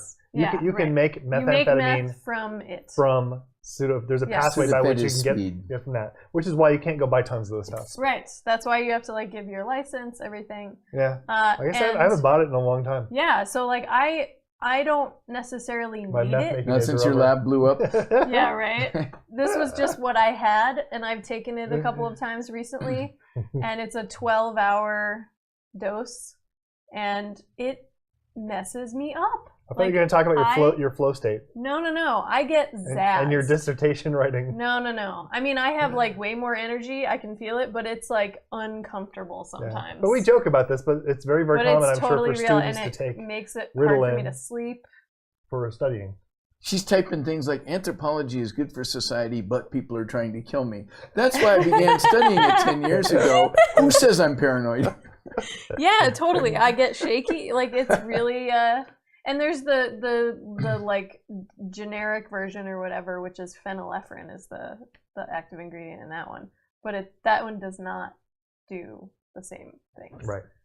It may or may not actually work to open up your nasal passageways. But let's talk about. So yeah. What was the brand name of the medication that we looked up last time? I can't remember it. I have it here actually. Like Do you? Adderall? Oh, Ritalin, Oh. You have it? Adderall. Oh no, the one that Cogentin. someone. Nope. Yes. No, wait. Not. Concerta. Concerta. Yeah, Concerta. That's the one. Yes. Good Which call. sounds like it's so great for Cogentin's the one that's for Alzheimer's, which concentration, is what right? confused me before. But Concentra is something different. Concentra. So you can concentrate. Yeah. But it is It's something. actually a like pretty good name for a bad drug. Yeah. that. So Maybe a bad drug. But yeah, that's the brand name for amphetamine. And amphetamine, like you mentioned, you can give this to some kids that are bouncing off the walls, and all of a sudden they start paying attention, which is a paradoxical effect because we would expect that if I took it, I'm pretty sure that it would make me, more jittery and, more anxious and make me bounce off the walls. most Yeah, likely. absolutely. So at least for these kids, it has this paradoxical effect of calming them down, and that can be useful for some kids. And it sounds like it would be diagnostically meaningful too. I mean, I get why people saw that as sort of proof of the diagnosis. Yeah, but I'm skeptical of that too. I am too, yeah. So, but if, for instance, ADHD is on a spectrum that we don't need to treat, that maybe the most severe cases do need treatment, but there's this huge universe of other people that don't need to be treated in kids, and they would benefit from some alternative teaching method or more recess or more physical activity or more whatever, that there might be something else that we could do. We have to think about the harms of giving these kids years and years and years of amphetamine and what that's going to do for other things. Because what's going to happen if you or I start abusing amphetamine right now? We'll lose our job. We'll lose a lot of weight. We'll lose all our teeth.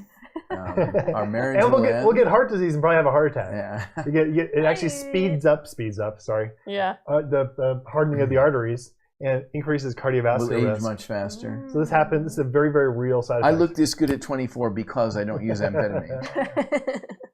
But this is why cocaine, these we call them sympathomimetic medications that activate the adrenaline, the adrenergic part of the immune system, and make us temporarily more alert, more vigilant, etc. Right. It can be good, but it comes with this massive cost.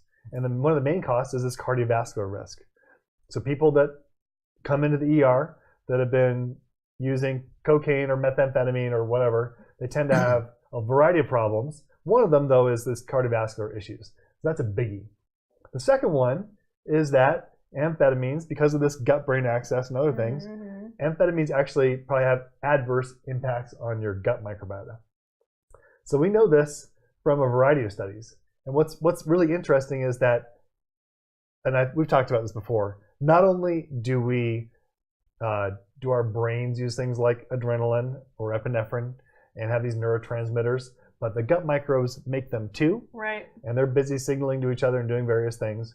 So it turns out that catecholamines, and amphetamine makes you have more catecholamines. This is a sympathomimetic or an adrenergic neurotransmitter that tends to rev you up. Microbes are busy making the stuff in your gut. Yeah. And if there's too much of catecholamines in your intestines, then that actually increases your risk for getting a gut infection. So this is also kind of bringing it back to why when we might be able to treat brain disorders by going after gut microbes. But for people taking drugs, even if they're prescribed, the risk of having gut infections that seems to go up. And there's a mechanism by which this happens. There's something else too, and now here's an alert. This is anecdotal evidence I'm about to mention. Okay. But I've been a teacher for a long time, and in fact, in one form or another, literally since I was 12. So about half a century. What were you now. doing at age 12? For some reason, people started hiring me to teach their kids science and math, but I have no idea how they even knew I existed. But it just started, just out of the blue. I Age didn't 12? canvas for it or anything, So I've been doing it really pretty my cool. You've entire been doing life. this for 70 years? Here's where 50. Thanks. All right. So that was harder than I meant to, by the way. He's going to feel like he had a vaccination. You look great, by the way. 24. I know. Where I'm going with this is a lot of the time, so I've had several hundred students probably over my lifetime is where I'm going with this, all right? Yeah. So it's anecdotal, but not a bad sample. I wasn't looking for this. This is retrospective, memory-based. Sure. But a lot of the brightest kids I have are the ones who have the ADHD diagnosis. And what I do to calm them down in class is give them more work, and suddenly they start performing better. So this leads me to suspect that some of the kids who are being diagnosed as ADHD are actually just way understimulated. Yeah. Or you're saying it's not the student's fault, it's the teacher's fault. Well, the teacher has to teach they have to shoot at the center of mass. Right. So Yeah, if you try to accommodate your top kids, you're going to leave your bottom kids behind. Yeah. Try to accommodate your bottom kids, your top kids are going to just go off and start fights and things. So you aim for the middle, but I give some extra work to the top kids. I usually make them responsible for helping the bottom kids, and then their performance improves. But what you have to do is keep them somewhere in their flow or challenge zone, and not leave them down in the boredom zone. Yeah. And then suddenly their ADHD goes away. I mean, I think that makes sense as a teaching philosophy just in general, that you should always be teaching within some challenge zone, and that challenge zone varies from kid to kid. That makes perfect sense to me. But it's the fact that they carry this diagnosis, and yet I find that I can fix them non-medically often. Now, as often as I'm remembering, hard to say. My sense is pretty much almost all the time. There is real ADHD. That's not what I'm talking about here. Yeah. Sure. And but I'm talking about a subset of we kids that wanna I be think are being skeptical of managed with medications. anecdotal personal experience, Agreed. Of course, yeah. unless we somehow clone coffee and see if his intervention is what works. And that's why I began with a trigger warning. This is anecdotal. For scientific people, that requires a trigger warning. You know. But it's interesting. And it does kind of go along with our idea that some kids with ADHD labels are being overdiagnosed. I'm quite confident that's true. And maybe even some of the ones, oftentimes. maybe some of the kids that truly do respond to medications and benefit from it would also benefit from some alternative teaching arrangements. I don't know. Yeah, I think it's totally plausible. And yeah, just to be fair, we're not necessarily arguing that there isn't ADHD that exists outside. Oh, I've seen the real thing, and it's impressive. And nor are we offering specific advice for your child. Right. Although your child, no, not you. You, that one. Your kid, you should change what you're doing. But I think we would have all been better off if we had coffee as our teacher. Probably. Back in the day, Probably. ADHD or not. You wouldn't have been on Ritalin, that's for sure. I'm too old. But hey, get back to the adult thing. Even if kids have decent, healthy bodies and can cope with a dose of amphetamine, adults clearly cannot as well. So I am kind of shocked by the number of people who have prescriptions for long-term amphetamine, and oftentimes it's mixed with other psychoactive medications, I notice, when they come into the ER. And we don't really understand what that does to adults in the long term. We don't understand what it does to kids either. But I think that the chances are it probably is more harmful for adults. Yeah, so we kind of laugh about it, but the typical meth-addicted person comes in with poor dentition, poor skin, lesions, rashes, etc., from scratching, weight loss. They're not healthy. Now, we're not saying that under medical supervision, an adult ADHD person is going to be the same way. Obviously, they're usually not that way. But there still could be some hint that these medications are not totally benign. Well, all of medicine, I'm going to say that in a sweeping way. I think that's probably true, but all or nearly all of medicine is a trade of one bad thing for another bad thing. Nearly everything we do medically is something you wouldn't do to a healthy person if you had a choice. But it's less bad than the thing we're trying to treat, we hope. Yeah. So nothing in medicine is free. That's right. That's how I say that. Yeah. I teach my students the exact same thing. Everything comes with a cost. Right. If there's no cost, then it's just a placebo. So if ADHD could be managed, well, I won't say ADHD. If the thing that's being overdiagnosed is ADHD, could be managed by things like cognitive behavioral therapy, mindfulness, meditation, training, things like that, or simply allowing people to do whatever puts them in their flow state.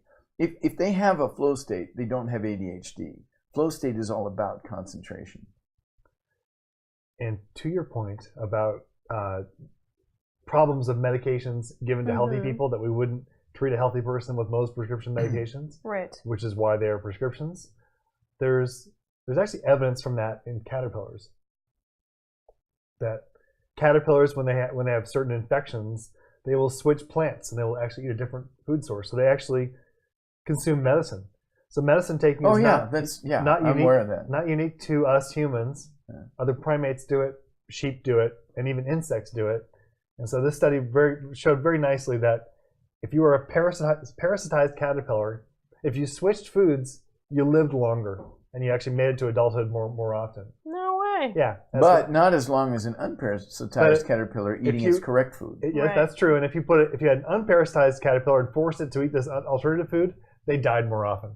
So this is the trade-off. Mm-hmm. Interaction. Now, what if someone says, well, but I can't do my job unless I take my Ritalin?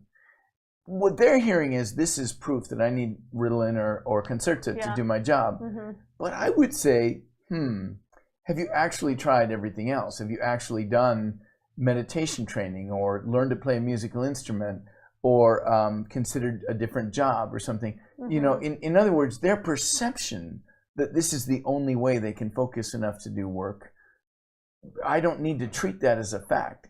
That's a hypothesis. And I think the other problem is that it's so seductive to think, here's this easy fix. All I have to do is take this pill. And suppose it actually works a little bit. Yeah. You know, it's not implausible, even for healthy people. You know, so this is why college students often abuse these medications on college campuses. You don't have to have ADHD to maybe get some brief performance benefit. So anytime you have a powerful psychoactive medication that has some potential benefits, but a whole host of downstream harms, then we have to be very, very careful with these medications. There's a whole documentary on Netflix now called Take Your Pills. I have not watched it yet, but it's about all of this. And it sort of gets into the pressure that a lot of students feel these days to perform, and that is driving them to seek out these essentially performance-enhancing drugs. That's basically what it is, yeah. Yeah, and yeah, it's getting to a point where people have a hard time performing without them, first of all. And then there's it's the same sort of arms race that you might see in sports, where if you're competing against kids who are using these kinds of things and potentially are more productive or at least seen that way, then that's a really huge systemic problem. Yeah, it raises a whole bunch of questions. Yeah, totally. There's a category of drugs, and I'm not sure if any of them actually work, but there's a category of drugs being marketed as nootropics, meaning drugs that make you smarter. Yep. Apparently, they're popular in Silicon Valley. They are, yeah. There are a lot of like little supplements you can take. It's almost like a 5-hour energy type deal, but it's got, you know, certain vitamins, minerals, etc., that are meant to facilitate cognitive function. But they always have caffeine in them. And I will call bullshit on these. Right here. I'm not sure that there are any that I don't know that much about the breadth of these, but I have not necessarily seen any actual evidence to show have we done a podcast on supplements just in general? I think we've talked about it a little bit, but not necessarily full topic. Okay. Yeah. So nutraceuticals. There you go. Yeah. I've been expecting more agitated messaging coming into us, like I have ADHD and you're full of shit, or how can you say vaccines don't cause autism or something? Nobody seems outraged. How hard do we have to work? We have a really are you able to read that from where you're sitting? No. No? Really solid community of people who are who tend to be relatively evidence-based and like good on you. So, but I mean, to play the devil's advocate and argue against myself here, I think that what we're saying here is we're just shining light on an area of controversy. There are smart people on the other side of this debate that would say, you know, ADHD, this is not a problem. This is a under-recognized public health problem that modern medicine is helping to fix, and we're serving a need here, and we're making people perform better, become better citizens, be happier, healthier, etc. And there really is no problem with treating all these folks with these medications. So that's the flip side. And I will tell you that both Coffee and Kate and myself, we can't really speak for Kate, but we're not experts on this topic. So there's definitely. I am. No, Kate's, I'm just kidding. Right, Kate knows a lot about everything. I am certainly not an expert. So there's room for us to be wrong, I guess is what we're saying. Right, we're way outside of our various specialty for sure. fields. Right. But these are questions that need to be asked, and this is the best we could do at this time to answer them. And really getting people to understand the conversation, I think, is our goal, more so than to try to finish it. Mm-hmm. Hey, before we kind of really get too far beyond, what might be, I sort of, early on I said that maybe it would be adaptive or good for some kids not to obey or to be a little bit defiant and oppositional against some non-related adult. But what if you were to imagine that the ADHD trait, maybe in some lesser form, is adaptive or good or beneficial, what might be that? Could it be adaptive? Well, we're conflating noncompliance and inability to concentrate, so I'm not sure I would treat those as the same thing. Okay. So do we want to talk about noncompliance or inability I just want to concentrate? imagine. This is pure speculation.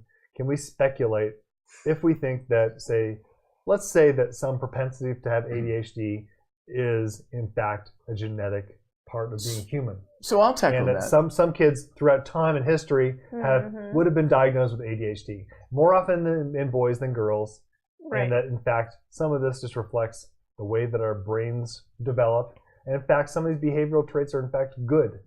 So this is completely kind of flipping around from the pathology point of view. Sure. I And would as say, a real quick sister question to this, Yeah. is this something that is a Western phenomenon? Is it worldwide? It kind of goes to this potentially advantageous question. Yeah. Because if it it is advantageous, worldwide because why much would of it the be, data that I looked at was from other countries. Okay. Oh, wow. But it seems to be Western European style countries that I was finding information from. Okay. Now that's who shows up in our journals most often. Sure. So there's going to yeah. be it's going to load the dice. Have we seen So let's it take in something like ability to non-Western? maintain attention. Like any other attribute that we might have that can be measured along a continuum, it's going to more or less follow a bell-shaped curve. Might be skewed a little bit one way or the other, but it's going to be roughly bell-shaped. And so most of the time when you see something like that, the middle of that curve is where you want to be. But to have a middle of that curve, you've got to have tails on either end. Mm-hmm. So people that are 8 feet tall don't have good lives. And people that are 3 feet tall also suffer a lot of medical complications. But people that are between 5 and 6 feet tend to have the best, statistically best lifespan and so forth. So in a population, you have people who can really, really concentrate. And that's great. This is where you get your Isaac Newtons and people like that. But I myself once was in a burning house, totally unaware of it, ducking my head under the smoke because I was concentrating on some work I was doing at the time. So that represents one extreme. That'll get you killed. Or you could have such a short attention span, you simply can't learn to do anything well, or you don't listen when somebody says run away, trouble's coming, and that will get you killed. So you want to be somewhere in the middle of that bandwidth. You don't want such great concentration that you literally don't realize you're in a burning room. Right. You don't want such poor concentration that you literally don't realize you're in a burning room. Right. You want to be somewhere in the middle. And so I would say it's not that we have to justify ADHD as an evolutionary adaptation to explain it in terms of evolutionary optimization. Because it's the middle of the curve that's the optimization. Okay. Well, but that could be an example of stabilizing selection, potentially. Right. And I think that that's a good example of using kind of evolutionary reasoning to explain things that are apparently maladaptive. Like you're saying, it was just you're just looking at a tail at one end of the spectrum. That's very, very possible. Now, I don't know that that's the answer here, but it's one way to model it. But the other part of your point is that, and I think that when you talk about looking worldwide at ADHD, that I don't think that we've looked for ADHD in hunter-gatherer populations, right? It'd be hard to know. I didn't come across anything. Right? Because that's usually our proxy or our stand-in for Right. looking at sort of ancient humans Yep. and the environment in which we humans have evolved. Yes. So to make a decision about some explanation of a phenomenon. So it may be that just really sitting in a classroom is such an abnormal situation for a human. It doesn't reflect anything like the environment in which we evolved. But to the extent that we see problems in that environment, it says nothing about evolution. So this could be the classic example of sort of a gene-environment mismatch. That we are mismatched for sitting in a classroom for hours on end, listening to someone drone on and on. Yeah, it's hard to find some sort of analogy to that in an indigenous population. Right. Like, it's just so context specific. Mhm. Again. But maybe we could look at just the trait of vigilance, because this is something which actually applies to a lot of different problems. We see this in people with anxiety disorders. We see it in people with post-traumatic stress disorders. Maybe some of these kids that switch and they may have some vigilance, we'll call it problems. So being kind of hyper attentive to stimuli and the squirrel, that sort of thing, Mm-hmm. that can be disadvantageous in the classroom. Yeah. But being hyper vigilant might actually be beneficial under certain circumstances. It's a good way to survive in a world full of predators. So you mentioned if you're just concentrating and you don't notice, the saber-toothed tiger coming to, or some, group of enemy combatants coming after you, that it might be very useful to be hypervigilant. Maybe. Yeah, for sure. At least to some extent. Mm-hmm. There's probably some sort of extreme there that wouldn't actually. So you can be make the same argument that you just made, is that we can look at this as a bell curve, and the people that are at the extreme ends that are panicking and super vigilant, not sleeping, losing weight to the exclusion of all of their activities, that's going to be maladaptive and harmful to them. Mm-hmm. And that maybe selection actually aims for the middle part of that distribution. But the other part of that is that vigilance is obviously modifiable by life experience. If you suffer trauma, like with PTSD, then you tend to probably have a hard time writing your dissertation. Mm-hmm. You're going to be too on edge and too alert to other I didn't stimuli. have PTSD till the chocolate milk story. Now I kind I know, right? Now you can't get that out of your head. head. That's a real shame. Yeah. So I think there is some utility, at least as a thought experiment, thinking about how some of these traits might have been beneficial or adaptive in an evolutionary context. Yeah, it doesn't mean that that's the answer, right? But it's one part of a puzzle of possible answers. If you're trying to figure out where to go in terms of research, certainly thinking about this as a possibility and creating a research design that allows you to test some of these things, that's great. Well, good. So, yeah. Let's see. Is there anything else in our slides here that we'd like to take a look at? Well, this is a little bit about that story. I could discuss some of these. Okay. We kind of go back a little bit. Let's see. Where should we start? Right about this one here. This one? Yeah. Okay. So this is the DHMA, which is a metabolite. So you have gut microbes making norepinephrine and epinephrine and dopamine in our guts. And microbes, as part of the process of making these neurotransmitters, some of the other microbes degrade them, and they make this product called DHMA. And what's remarkable about this is that this byproduct of metabolism of microbes, it then turns on the virulence program of a bunch of bad microbes. So if you look at the next slide, so these are things, if you go to Mexico, for instance, and you have a bad taco, you might encounter this guy. Montezuma's Revenge. Yep, EHEC. So enterohemorrhagic E. coli, really common cause of diarrhea. It tends to love that metabolite, the DHMA. Is this what you were getting at when you said that oral amphetamines change our gut flora? Exactly. So they're being degraded by gut microbes, and you could potentially, by this mechanism, this is shown very nicely in animal models, that if you increase the proportion of amount of this metabolite, that these animals get gut infections way more readily. So this is poop tacos. Yeah, kind of looks that way. So the next slide, quite lovely mustache. This slide's probably better than the next slide, but the next slide just shows, it shows an actual picture instead of a cartoon of this actual organism that causes diarrhea. And the paper said that, the metabolite of these bacteria that degrade these stimulants that occur naturally in the gut, they serve as a beacon. They bring in the predators, and they tell the predators where to then attack and cause infection. And they activate virulence and make the microbes far more dangerous than they otherwise would be. So again, this is a basic science paper, but there's a whole literature here about how these stimulant medications probably have adverse effects on our immunity and increase our risk for infection. So we have to, you can't look at anything without paying attention to the microbiome, I guess is the story. I say that, I think, probably every time. But there's good evidence to back this up. This is a recent paper. And I gave a journal club about this paper. I think the next slide. And I talked not so much about ADHD, but I talked about sepsis. So here is God giving Adam a dose of epinephrine. And we love our epinephrine in the ER. Yep. We give it for a variety of different things. It works I wonder great. if it ever does any good. Anaphylaxis. It works great for anaphylaxis. Yeah. But it doesn't seem to work at all. We talked about this for people getting CPR who have heart attacks. And we give it to people with sepsis. There's mixed evidence of its utility there. But one thing we do know is that when we give epinephrine, it's all in the same class of medications that kind of rev up your sympathetic nervous system, make your heart beat faster, make your brain focus a little bit.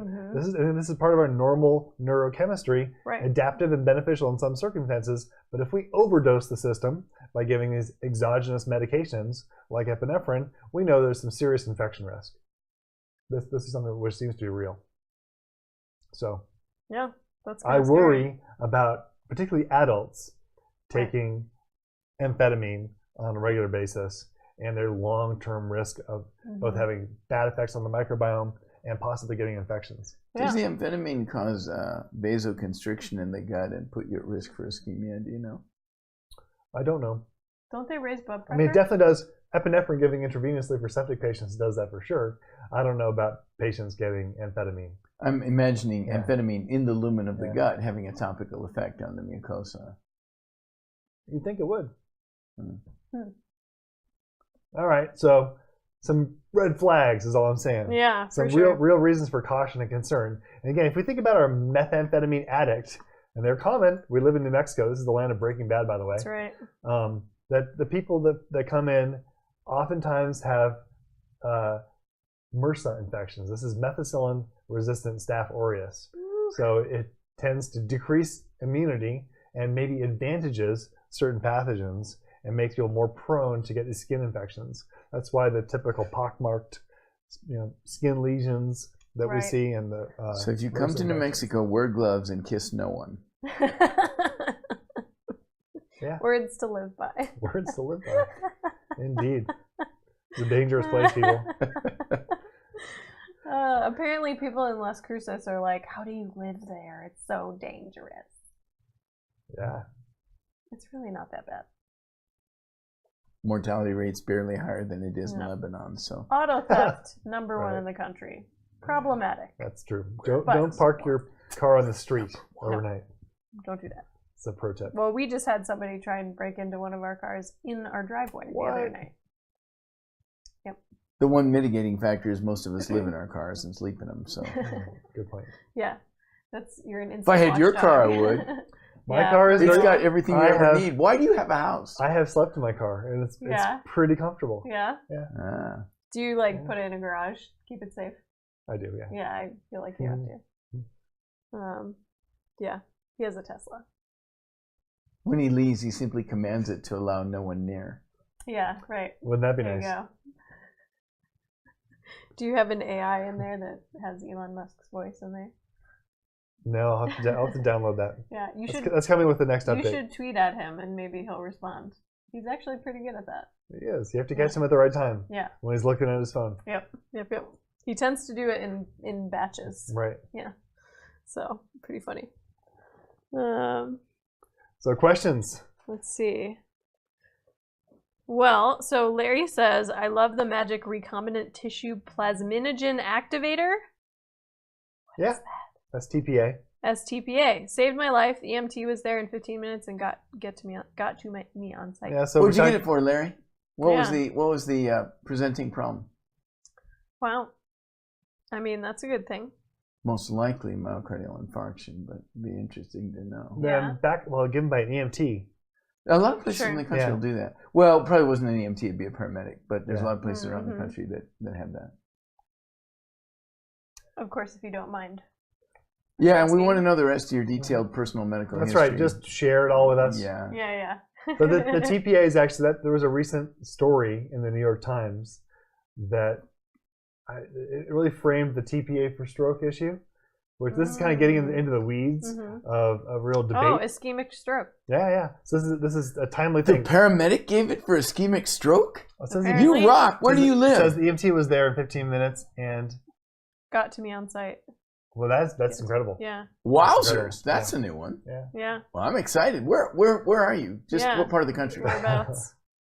Like, I don't need your home address.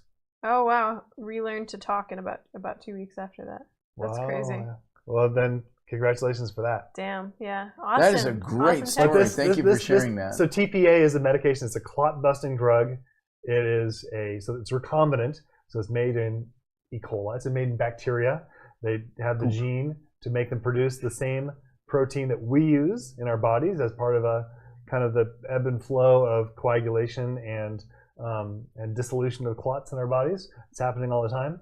So if someone's having a stroke or a heart attack, part of the problem is a clot that's blocking the flow of Right. blood and oxygen. So we give this medication, dissolves the clot, and restores blood flow and oxygenation. Hopefully as soon And as at least in possible. Larry's case, it seems to have done the trick. Wow. But we love to actually argue about this.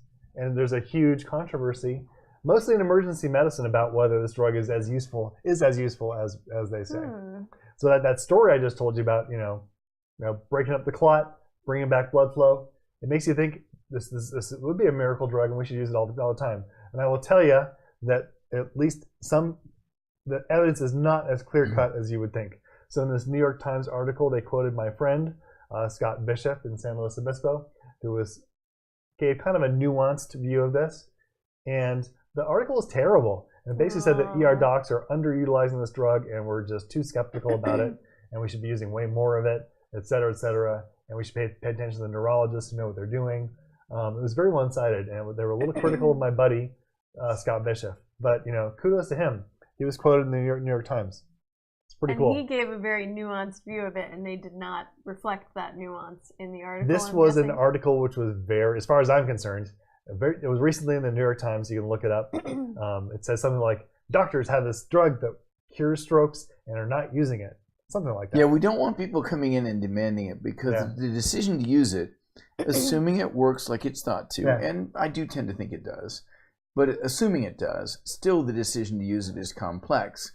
If the evidence is less robust than I'm thinking of it as being, that makes the decision even more complex. So we don't need a parade of people coming in going, give me that clot buster drug. Right. Unless you would like to have a bunch of blood in your brain, because that's the potential downside. Yeah, so the downside is it makes some patients bleed. And it can be catastrophic. Yikes. Catastrophic. That's So not yeah, good. but it's a great topic, and I'm glad you got better, Larry. Yeah, for sure. Yeah, that is great that you sent that in. Thanks. That's actually the best thing I've heard all day today. I think. Yeah, Yeah, for that's sure. awesome. Yeah, very cool. I know that yeah. when TPA was a fairly new therapy, I happened to have occasion because I was going to a lot of conferences at the time. I asked basically every ER doctor I ever met what they thought about TPA. And the answer I got was for stroke. The answer I got was really interesting. About half of them said we shouldn't be offering a drug that can kill our patient, a treatment that can kill our patient. Primum non nocere, first do no harm, right? But then I said, what about you? If you had a bad, debilitating stroke, would you ask for TPA? Every single one of them said yes. This is not an example of docs holding the best treatment for themselves. It's an example of being more comfortable with a risk-benefit ratio for themselves than they are for their patients. Right. Being more conservative about risk for their patients. There's no reason to withhold the treatment from patients. Yeah. But the docs felt, I am more afraid of disability than I am of death. Every single one that I talked to, and it was more than 100. But about half of them felt very uncomfortable that we would give a patient that same choice. You might argue that's patronizing or criticize it on some other grounds, but I thought it was fascinating.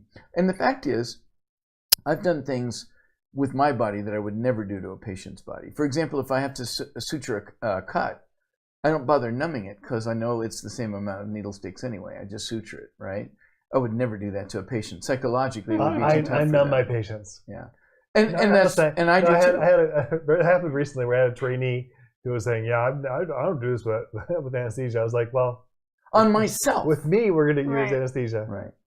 But I mean, On yourself. my point is, I'm willing to do things to me that I would sometimes- never do to you or to a Right, friend or sure. a patient Yeah, or something. Yeah, good point. And so I think it's a misread to say doctors at that time were sort of hoarding the good treatment for themselves. Sure. That's not how I would parse it. Yeah. No, it's really actually an amazing story. If people want to learn more, you can go to, there's a website called thennt.com. So THENNT.com. Look up TPA. There's a great write-up on that website about TPA. It's really, the story behind TPA is not nearly as clear-cut as we would think. Most things aren't. For stroke, even though there's some great saves, like in Larry's case, which, fantastic. Yeah. I've been around for both outcomes, Yeah. so I mean, but I would ask for it. If I had a debilitating stroke and CT scan permitted it, I would ask for TPA myself. I don't know. Yeah, for me. But I agree, it's a difficult What's decision. the probability of having the fatal bleed? It is somewhere in the single digits. Okay. So it's, we could look it up. You may want to update my Yeah, numbers, but let me yeah. explain it how I do. Yeah. And It's about let's 5% maybe? And jump in to clarify Okay. it if you We'll want to. have some kind of bleed. In the absence, like if you just do nothing, and the CT scan is negative, so it's not initially a bleeding stroke, about 0.5% of people will go on and bleed, plus or minus, so 0.3 to 0.6%, depending on the paper. So you know the you're reading. numbers. But if you give TPA, that number goes up about tenfold. So now you're in a 3 to 6% range. Mostly we quote 5% to simplify it. Now, what about the fact that they already have this? This is a disabling stroke. This is a catastrophic stroke of some kind, okay? What if you do nothing for them? Well, about 20% of them will get better on their own. Ooh, not a stroke, it's a TIA. So leave them alone and they'll be fine. Yeah. What if you treat them with TPA? And again, my numbers may need updating here. So I'm going to go to that site you mentioned and read Yeah, look more it up. recent It's stuff. actually a great But write-up. as of the last time I looked at it, about 40% overall will improve if you give TPA. Now remember, half of them would have improved anyway. Sure. So we help 20 out of 100 people if we give TPA, and we harm 4.5 out of 100 by those numbers. Should we give it? But we increase the chance of a good outcome twofold. We increase the chance of a bad outcome tenfold. Now, should we give it? It's a really tough decision. So this is why So us on how you ER look at the doctors numbers. really struggle with this decision. It's a really complex decision. It's a tough one. And when I explain this to And patients, I've gone both ways with I patients. then finish with, and by the way, we have about 8 minutes to start the infusion or you've missed your window. Yeah, Right. right. Because you just have a little narrow window of time. Now, what I do, Joe, is if I have a patient with a TIA, I go through the entire TPA consent process with them so that they've had time to think it over before I tell them, I got about 8 minutes to get this into you or not, you know? Because what I That just makes told sense. you, imagine being told you risk a catastrophic intracranial bleed where, if you're lucky, will kill you. All right? You already have a stroke so bad you're disabled, and I can make it way worse, but you might survive, which is potentially the worst of all outcomes. Wow. Right? Yeah. But maybe I can cure it completely. Do you want me to do this? And the clock is ticking. Right? Wow. So, talk That's about really- pressure. And the patient may not be able to speak. Their family may have to make Yeah, this decision totally. for them. Right. You know? Yeah.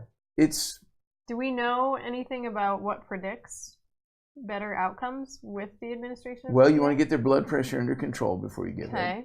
That'll slightly reduce the chance of bleed. We can do that. We can take a hypertensive patient, Sure. bring their pressure down, and then give it. But they're at higher risk than if they hadn't been hypertensive to start with. Right. Certainly, anybody who's anticoagulated would be like, I'd hate to do it to someone who was already Yeah. on Coumadin or something, right? Right. But yeah, it's complex. The consent form is a monster form. Oh yeah, I believe it. So Yikes. as you might expect, the New York Times article included it kind of gave lip service to a little bit of this controversy, but didn't really get into it, and basically said that we ER doctors are the devil for not giving this life-saving Of medication. course. But there's a very interesting story. So maybe the two of us will reread that paper on the I wouldn't mind doing a NNT.com. podcast on it. And Well, other tell- high risk, high benefit. Yeah, to the you know, point though maneuvers. that we said nothing in medicine is free. That's how I say it. That these powerful medications have powerful side effects Right. and risks of Yeah. harm. So that's true for opioids, true for antibiotics, true for TPA, and true for amphetamine. One of the most difficult things I think about entering the medical fraternity or I'll say community, since it's more girls than boys now, sorority, the medical sorority, how's that? Is that you go into it thinking, I'm going to help people. But in your training, you have to learn that everything is a risk-benefit trade-off. Everything. And normally there is going to be some health cost to any significant intervention. And that's frustrating. And it's hard for people at the beginning of their training to wrap their minds around. I didn't actually find it hard. I've always seen the world in terms of risk-benefit ratios. Like, it's not special to medicine for me. I see everything in the world that way. Yeah. But for a lot of people, that's a difficult corner to turn. Yeah. So, especially in our jobs in the emergency department, it's all about probabilities. We are confronted with a patient that we're gathering information from with a variety of symptoms, and we make a decision. What's the probability this person has a life-threatening problem, and 2, is going to die from it, and 3, might benefit from some intervention that I'm going to do, including admitting them to the hospital. And so we're integrating all this information all the time. But we live in this world of uncertainty and probabilities. So maybe it's true that emergency physicians are more comfortable with it. I don't know. Almost everything in medicine more is familiar. stochastic. Right. And people do not want to hear this, but it means to some extent everything is a dice roll. If you've ever played Dungeons and Dragons, okay, you just have to beat the number 5, and your dice is a D100. So you're feeling pretty good, but if you play long enough, you're going to lose some of those rolls. And every once in a while, we do lose them. And that's if you do things perfectly. You cannot be better than the statistical odds. Good point. Yeah, absolutely. Really great quote from Paranor earlier from Daniel J. Borston. The greatest enemy of knowledge is not ignorance, it is the illusion of knowledge. Yes. Yes. No, I think that we oftentimes project certainty where there is no certainty, and we act as if we know the answer, like with a test result, without actually understanding that even our best tests are oftentimes wrong. Like for pulmonary embolus, for instance. A whole different story. A guy named Philip Tiptree has done some great research, which shows very clearly, and this has been held up in other research as well, you know where I'm going with this, that the more certain you sound, the less likely you are to be correct. Yeah. His areas of interest turned out to be geopolitical pundits and a couple of other areas.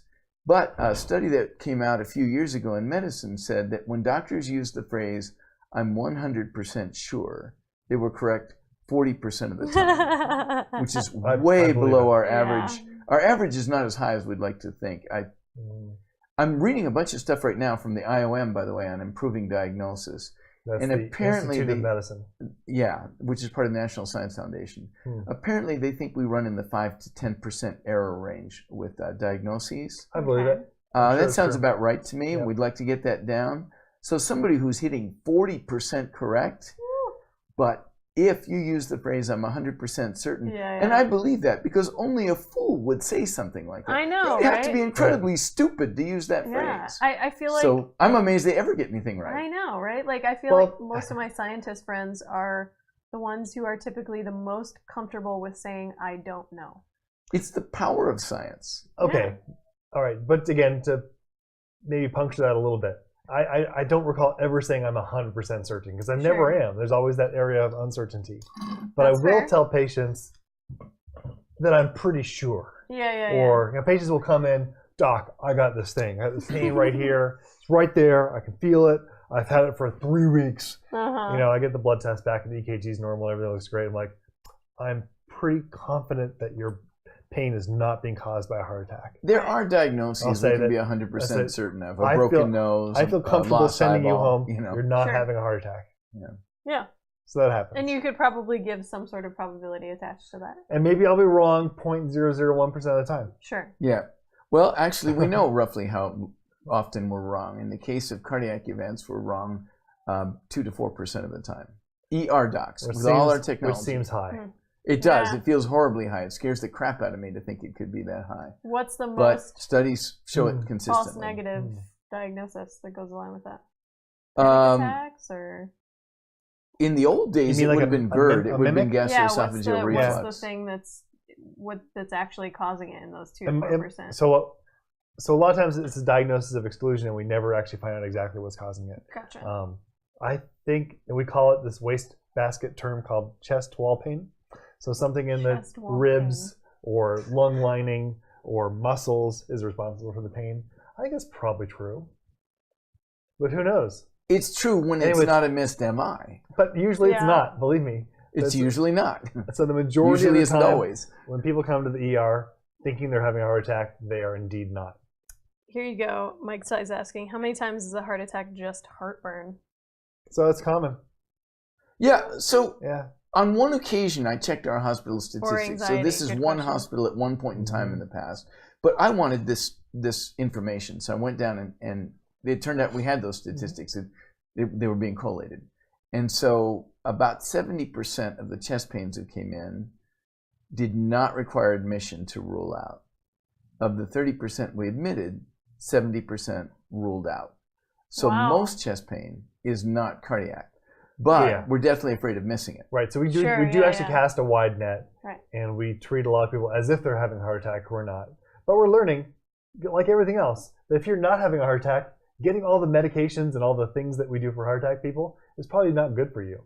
And this is true when we talked about the cement for people with back fractures last time. Something which is a lot like that is giving people angioplasty and putting a little metal stent in a blocked heart artery when they're not actually having a heart attack. So we admit someone to the hospital, maybe they're having GERD or just having some acid reflux, but they get all the tests, and they just as a incidental finding, they find a blocked artery. Right. They're not having chest pain, they're feeling better. They then undergo the stenting procedure. That's been shown to be useless. Really? Yeah. So the people that get that procedure, they have an actual mechanical problem. We actually, even though they have like a 75% or 90% stenosis. We actually mechanically fix them, and the fixing them does not make them better. This is true. That particular stenosed artery is not actually causing a substantive problem? If it's causing what we call stable angina, which is you walk up the stairs and you get a little bit of chest pain, but it stops after you rest. This is a common scenario that people will get actual heart pain that will get this procedure, and they get a stent procedure put in the artery. Wow. But the evidence shows that for stable angina, it doesn't make you live longer or have better performance or do better in any way. The only situation in which actually stenting open that artery makes you do better is if you're actually having a heart attack. Dang. So we're actually reasonably good at picking up those ones.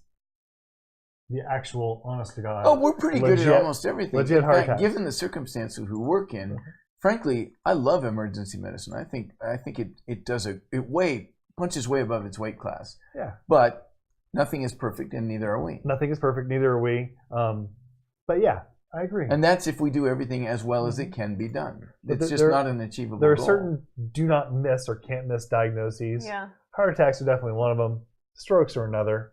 They can be tricky. But yeah, we try not to miss those things. Yeah. Because we can potentially do something about them. But it doesn't follow that because there are cannot miss diagnoses, over-managing people does more good than harm. For example, I can remember when we realized that aspirin, by blocking platelets, seemed to be reducing MIs. And so we recommended that males over 45 take a baby aspirin every day for a while. A few of them, small number, got GI bleeds and actually managed to die. But the number needed to treat to prevent an MI, a myocardial infarction or heart attack, was so high that the number who died from GI bleeds was greater than the number that were saved by giving the indiscriminate aspirin. Wow. Now, people who have a risk profile with more than so many points in it should be on aspirin. If your doc has you on aspirin, I'm not telling you you should stop. But the fact that you've had 45 birthdays doesn't mean you should be on aspirin. Right. We now know. Yep. So while we know a heart attack is really, really bad, and hey, how bad could a baby aspirin be? That's not the right way to think about things. Yeah, for sure. Baby aspirin it's like a blood thinner, right? Yeah. Is that its primary It kills purpose platelets, for that? and platelet aggregation is the first step in forming blood clots. Right. Okay. Usually. That makes sense. Yes. So I think the bottom line, again, we're not giving medical advice here, but when I've been doing this now for I've had my MD degree for over 20 years. And as time goes on, we realize that doing things like kind of preventively, like putting the stents in or sometimes treating the supposed low-risk person with aspirin, or screening someone with a low risk of breast cancer or prostate cancer, these are things that we're learning are probably a bad idea. So everything's moving towards the less is more movement, that we don't need to be quite as aggressive in trying to diagnose. Well, everything everybody. isn't, but everything that you and I are finding credible, I would say. But Sure. people look at different information sources, and so I think in the public's mind, there's an expectation gets a very that skewed view. I think we should do more. like and more, like that the New York Times kind of perspective puts into place. And I'm very concerned about an article that's going to have people coming in demanding TPA without recognizing the risk they're subjecting themselves to. Yeah. So just for the benefit of the people listening right now, it's still a controversial area. Having said that, I've given TPA. I've given TPA for strokes. I've seen some pretty dramatic successes, and it's a medication that might work. I guess that's how I put it. With some probability. Yeah. Joe and I probably have similar experience in that area and similar background with regard to thinking about TPA and stuff. He's not sure he would ask for it. I'm pretty sure I would. It's not a slam dunk decision. We can differ. Yeah. Another great question from Theater. When are you guys going to have AI assistants doing diagnosis? This is a great topic. Really great topic. I feel like this could be its own episode too. I think we mentioned this. I'm Like, going when to are we keep going note to of all of our be potential episodes. I know there's so many. What do we have so when far? are we going to be replaced with computers? It's kind of like flat screen TV. Flat screen TV was 3 years away for 30 years, but we did finally get it. This feels like it's within a decade. Yeah. So if you think about, but it's one of those things that may take a lot longer than we anticipated. For a long time, people have been promising that just computer-aided diagnosis or treatment is going to make us do our jobs better, and I don't really see it happening now. So for instance, a very simple thing, like say I want to prescribe you a baby aspirin, and it says, well, she's already taking such and such other drug that's going to increase her risk of bleeding. Maybe you should reconsider this. Those kinds of things actually do happen, and the computer will alert us to that. So that's really kind of stupid AI. And that's probably the best that the computer does for us right now. Yeah. But we can imagine a much better computer-assisted doctor. I think that's possible. I really don't worry so much about us being replaced by physicians or by computers. Totally, I don't think that's going to happen because there's so many. If you just take an algorithmic approach, we'd be giving TPA to everybody, because so many people come with vague complaints that could be a stroke or could be a heart attack. Or it could be this or that. And at some point, especially an experienced physician, I think is better than an AI. My favorite. For now. Now, For like now, I said, right. maybe like with the singularity and everything, maybe, Even we can before imagine that, all of our jobs I being could replaced. envision a really well supervised neural net that could essentially function as the same decision tree, or not the same, but a similar decision tree that you are running through your head every time you make a diagnosis. I think the things we do are, in principle, things that can be programmed algorithmically. I like teaching and doing diagnosis. I think it's the funnest part of medicine. But strangely enough, I think it's actually the first thing. I think our role, we use this exact language. Our roles are probably going to change as AI takes over what used to be our big claim to fame. Right. But listen, quite frankly, I think that we need to be alert to this. I don't think it's good that this imagined future in which computers do all the decision making for us. Smash all the computers. No, I'm not saying that, but I'm saying that we should actually actively resist it. I really think this is true. On what grounds? If they were better than us, I'll give you. If their accuracy could beat ours, on what grounds would we resist them? I'll give you an example. But there are trends right now where they instead of having a patient come in and having a face-to-face interaction, which I think is valuable, I'm gonna advocate for an actual face-to-face, hands-on physical examination, utilization of experience and training, and bringing all that to bear for my patient. I think that's useful. Right now, though, there are places where they talk about how patients can simply call in instead of, in lieu of going to the ER, have a telemedicine or a conversation with a doctor where essentially we're taking out that face-to-face interaction. You can imagine that experience being replaced by a machine. So the more that we let those kinds of things happen, the more likely we're going to find ourselves being replaced. No, I definitely agree they need FaceTime. Yeah. There needs to be a human to interact with. I don't think computers will replace us in that regard in the foreseeable future. Sure. I think it's as diagnosticians that we'll wind up handing off part of what we've been proud of doing. I like the idea of, so what was Elon Musk doing with his Neuralink, sort of the computer enhanced human. I think that there's some value in that. I would love it if the computer would say, you know what, I put in a diagnosis, and the computer says, you know what, in 85% of patients with the exact same constellation of symptoms and findings on lab results, they will actually have cancer or whatever it is. Right. Here's what I hate is you type in a diagnosis and the computer says, where did you go to medical school? Coffee has a way of bringing it all back home. Keep going. I didn't want to cut you off there. But I wish it would do that now. You could, if you get tired or distracted or you get the phone calls, if the computer would just prompt us and give us those probabilities, the same way that weather gets predicted.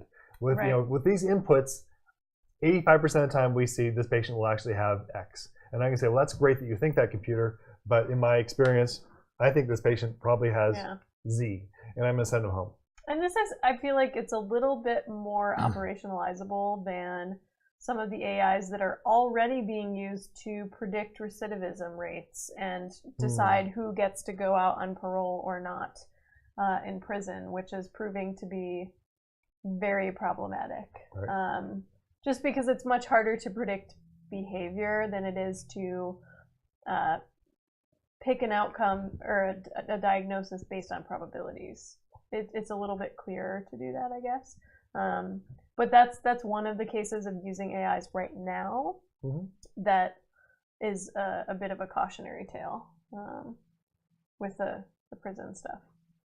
I mean. But I feel like with medical diagnoses, it's potentially better, maybe. So I see that happening in the future. Is that we'll get a prompt that will integrate, using some population-based data. They can go through all the patients that have ever presented with similar situation that are tailored for patients from that geographic area that have had these exposures or from that generation that could give us some kind of fine-grained help with diagnosis. But I think that could be very valuable. At the end of the day, still, I would like to think a human being needs to kind of parse through it. Yeah, I think that's maybe one of the biggest take-home messages in the way people are thinking about how AI will enter into markets and potentially change things, is that everybody sort of thinks AI is just going to come in and replace humans in various ways. Well, you can totally imagine how that could happen. And that's totally possible in a lot of contexts. Again, context. But now I think a large part of the conversation these days is about integrating and not replacement. So it's something that you could integrate into your own process as a physician, and not you just going away. Well, we do already with dumb AI, and there will be a transition period whereas the AI gets smarter and smarter. Still, we're going to need to weigh in on it before signing the chart. But I think they're at some point, because diagnosis is essentially a mathematical process.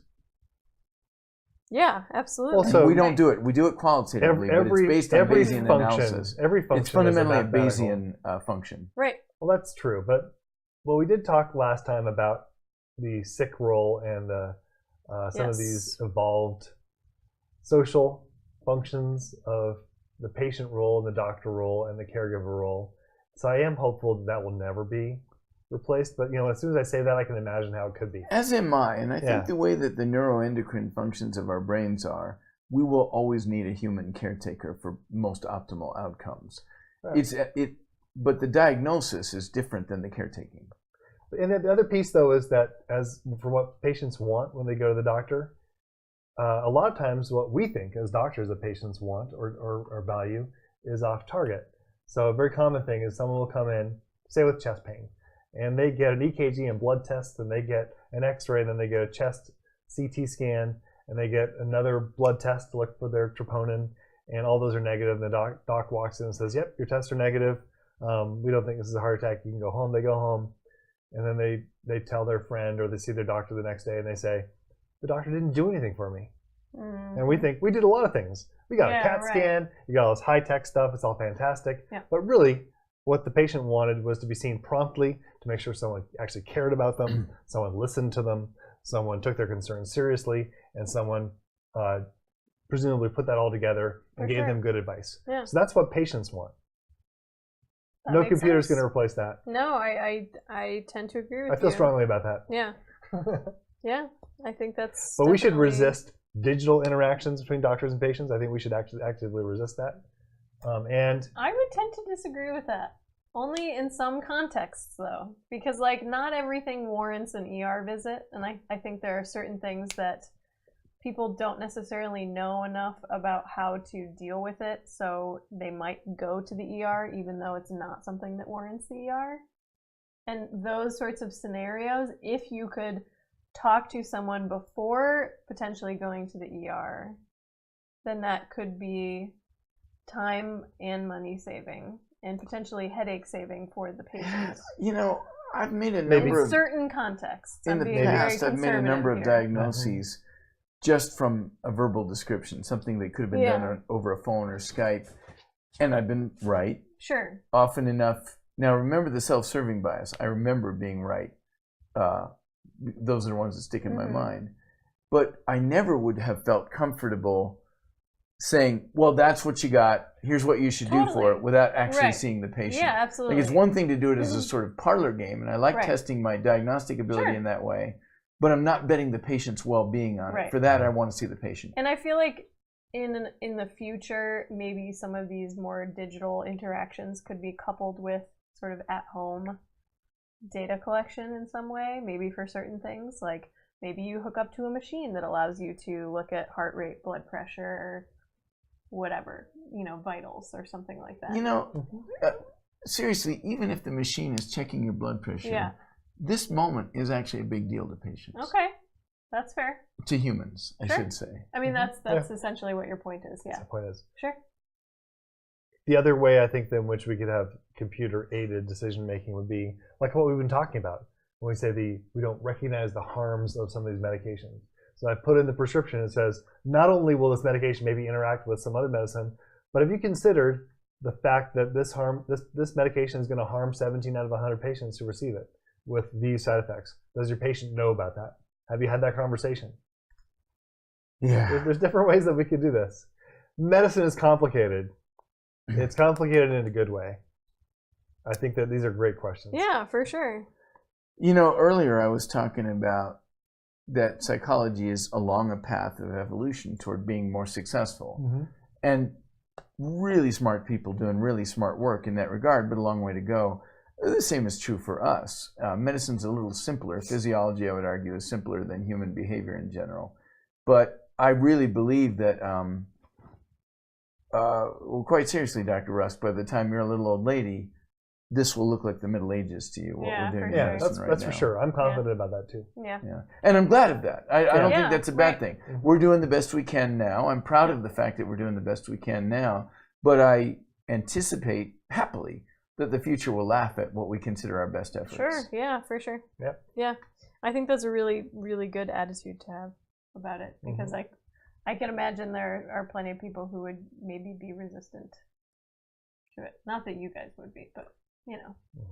Well, like to paraphrase the earlier quote, and it's one I'm familiar with, by the way, the path to ignorance is the illusion of knowledge, basically. The desire to be right gets in the way of becoming right. If we want to believe that what we do in medicine now is all that in a bag of chips, it prevents us from having the humility to look for ways to up our game. Yeah, absolutely.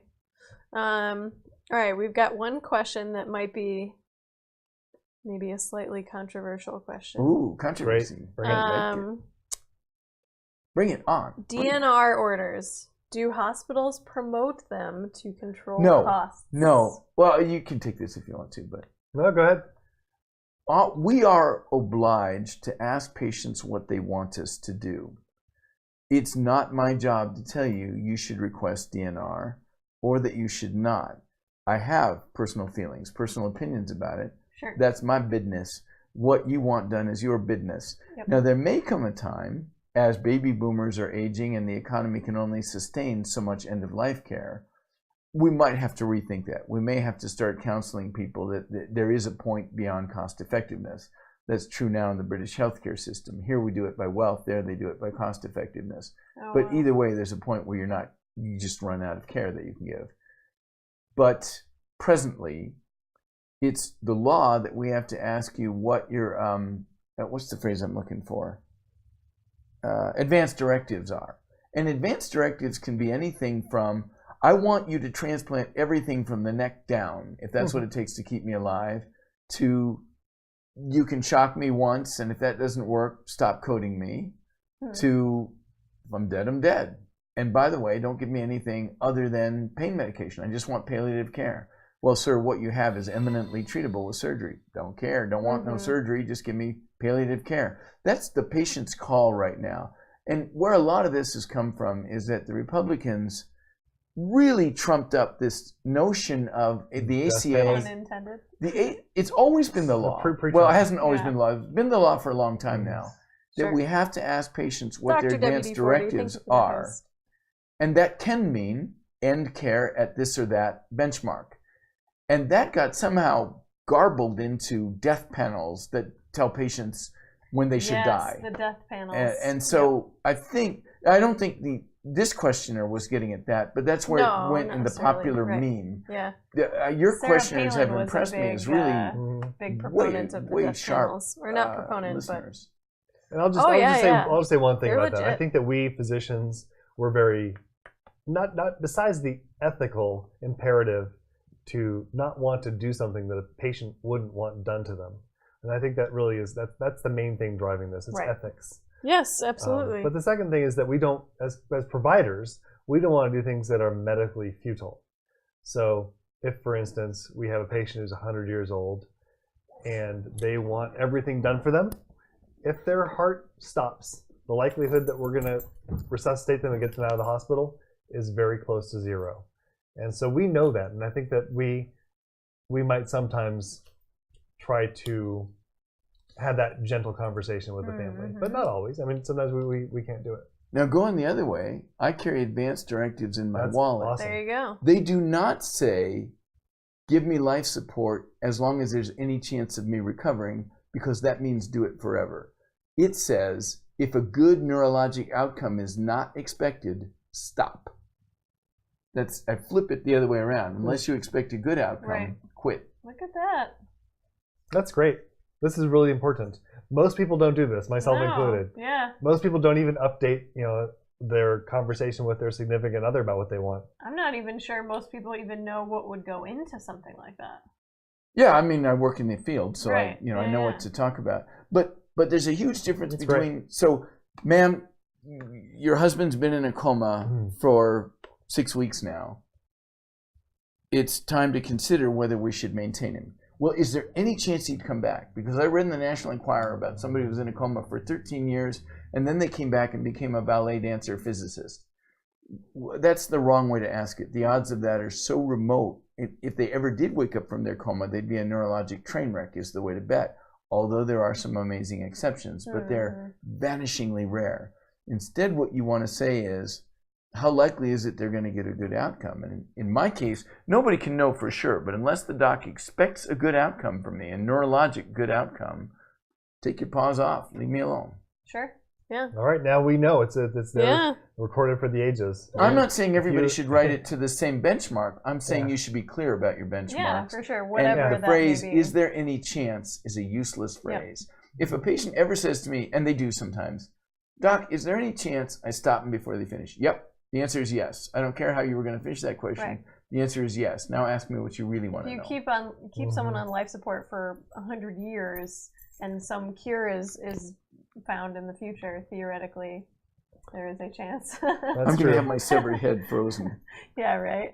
But kind of going along with the whole scheme of kind of being skeptical of kind of the benefit that we get out of a lot of this, there was a study done that compared people with terminal cancer who receive standard care, chemotherapy, radiation, and aggressive hospitalization versus one put on hospice. And not only did the hospice folks have better quality of life, which was the main outcome of the study, but they actually lived longer. No way. Yeah.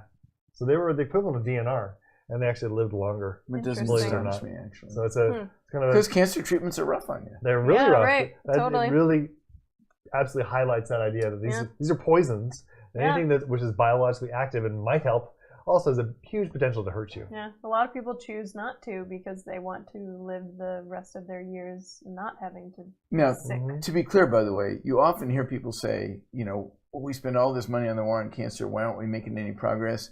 Actually, recovery rates, I'll say it differently, mortality rates are less than half of what they were when I was in medical school across the board. Some cancers, no real progress. Melanoma was a death sentence when I was in medical school, and now it's like a 10% mortality rate. No, there's been some amazing things. So we're actually are winning the war on cancer, but in the fullness of time, everybody except me will eventually die. So if we got rid of cancer, we'd start going, why do so many people have Alzheimer's? Well, it's because they didn't die, right? Why do we have so much cancer now? Because people aren't dying of MIs at the rate that they used to, and so on. So, I mean, you're going to trade one death for another. The real goal should be to be healthier longer. Don't worry about how many total birthdays you have. Worry about how long you remain functional in the world. That makes sense to me. How about maybe a slightly peripheral question to this, but how do you both feel / how do you perceive the medical field to feel about There are three of us here. assisted suicide? How do I feel? Yeah, or if you don't want to answer, how do you perceive the medical field maybe on the whole? Maybe that's an unfair question because I'm sure everybody has their own I'm opinions. cool with it. Where do you want to go with that? So I guess I'll just say a couple things about it. I think it's controversial for a reason because me, and I'm sure you, we probably all have different thresholds. If someone is absolutely going to die, we can predict with certainty they're going to die a week from now, and during that week they're going to be absolutely miserable and in excruciating pain and in horrible, distress. Then I think most people would feel comfortable. Most people maybe would feel comfortable with something that would perhaps speed them to that ultimate outcome. Having said that, I don't do that in my day-to-day job. And I'm not responsible for some of those things. Right. But like I said, everybody dies, and so these end of life conversations come up all the time, and we do have to make a decision: when do we withdraw care, and when do we make people comfortable and make people comfortable with powerful medications that will actually speed the ultimate outcome, which is death. Right. Those kinds of things happen every single day. They're happening right now in every state, no matter what the law is. Sure. And these are things that people are confronting. I think it's unfortunate that the law puts extra stress on families in that regard, and it'd be nice if there was some clarity. Having said all that, I'm not a Jack Kevorkian type, and I think that he was a little overboard in his enthusiasm for assisted suicide. Right. I think Kevorkian was the wrong spokesperson for a conversation that did need to happen, does still need to happen. Yeah. I think until fairly recently, medicine was ineffective enough that we could afford to just focus on keeping people alive. That was our job. We worked hard at it, and we generally lost when they were sick past a certain point. Now we've got ER, we've got ECMO on ambulances now in some places. What is that? It's heart-lung bypass. Yeah, so the size of a backpack. Yeah, you can have a completely non-functioning heart and lung, and it will oxygenate your blood for you. Yeah. Wow. So, I mean, we can do so much now that I think anymore it's intellectually and morally lazy to say that death is the only endpoint to consider. We can do much more harm than that. I'll give you a great example. This is the one I use in my classroom. I'm a pretty healthy guy. Perfect health as far as I know right now. If I had an MI today so bad that I needed a heart transplant, I would be a great candidate for it, as good as you will ever see for a heart transplant. So last time I looked at the numbers, and these are out of date, it'd be much more expensive now. But basically, it'll buy me on average something like 5 years at a cost of something like $5 million. And for those 5 years, I'll be on anti-transplant drugs, which means I'll have AIDS. And not actual AIDS. Right, but no, but the equivalent of. AIDS. I'll be immune compromised. Right. And I'll be probably chronically depressed because heart surgery tends to cause that. And in the meantime, for that $5 million, we could have vaccinated every kid in New Mexico. So we could have gotten tens of thousands. So each of those kids, say 40% of them would have died in Victorian times and so forth, right? So we're going to gain back, literally thousands of quality life years against 5 poor quality life years for the same money. Right. It would be absolutely retarded to give me that heart transplant. But right now, we keep doing... Medicine is approaching an asymptote. We spend more and more and more money for ever smaller and smaller gains. Right. And I would argue there is some point where we need to step back and go, you know what? It's good enough. That it's nice when we get new research and can cure something. I'd love to be able to treat depression more effectively, or systemic lupus. These are things that plague people over a long period of their life. But these vast amounts of time and money and research we're spending on end-of-life care are misused because we could do so much more for other people who aren't getting what they need. So primary and preventive care is where the action preventive is. care, public health interventions, lifestyle modification. Those things will get more. They're more exciting, really, because you get more bang for your buck. Yeah. So I would like to be able to say at the end of my life, you know what? Can you help me exit in a little comfort and dignity, and let me do one last favor for the community I've always been a part of by leaving this money to the kids who can use it? Instead of me taking everything on the table, leaving my wife destitute, leaving your generation destitute. You cannot afford, if all of my generation says I want everything done right till the last gasp, you guys are going to be living in grass We're going to pull the plug on coffee. That is actually what I'm established saying. that. if it's a terminal condition, or a condition for which recovery is not likely to be very good, then yes, that is exactly what I'm saying. And I'm totally comfortable with it. I've said the same thing. I think that my card, if I spend the time to write one, would look a lot like what you have in your wallet. Good point. It's interesting. I've never thought about that, really, at all. Well, it would be nice if my generation didn't force your generation to start setting limits. But the fact is, as more and more of us get dementias and stuff in late life, you're going to have to start being the parents, and you're going to have to draw some lines. Especially since longevity is continuing to extend. We need to think about the difference between longevity and prolonging quality life. So let's maybe have a longevity discussion next time. We should, We'll talk all about longevity, aging, maybe healthy aging. Yes. Oh, that was the one that, Right. Yeah. And so the what promise else? of eternal life. Right. Not so realistic, Immortality. Guys. I'll just do that. Yep. Do you guys have any other questions? And also, what else would you maybe want to learn about on here? Right. So you tell us. Yeah, if you have, so right now I've got the AI diagnosis assistant thing. We can certainly have a whole conversation about that. I believe we talked about doing one on sleep at some point. And then we've got the longevity aging one. The evolutionary role of cognitive biases. Oh, there we go. Okay. That's interesting. So we talked about maybe bringing that into this conversation. We never did. We had way too much stuff to. Yeah, for sure. That's a good one.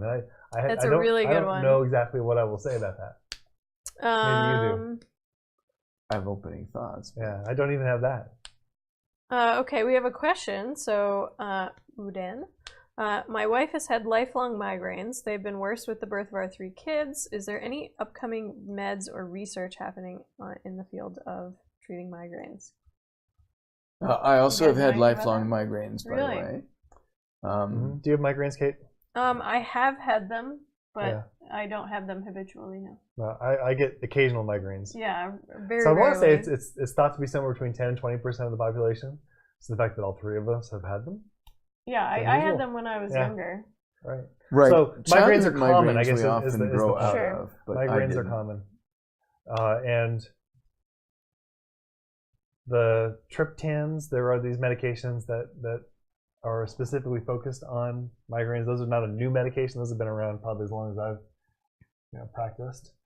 I'm not aware of anything brand new, I guess is the short answer to your question. Well, actually, this is interesting.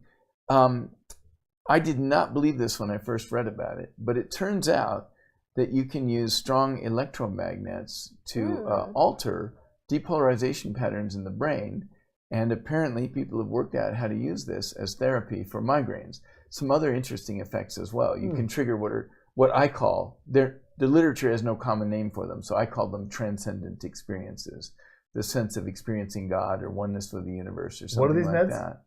that. This is electromagnetic fields. Oh, wow. Now, before you go and buy the electromagnetic fields that alternative healthcare magazines are selling, you should realize these things are like 220 volts. They weigh 50 pounds. They're this big.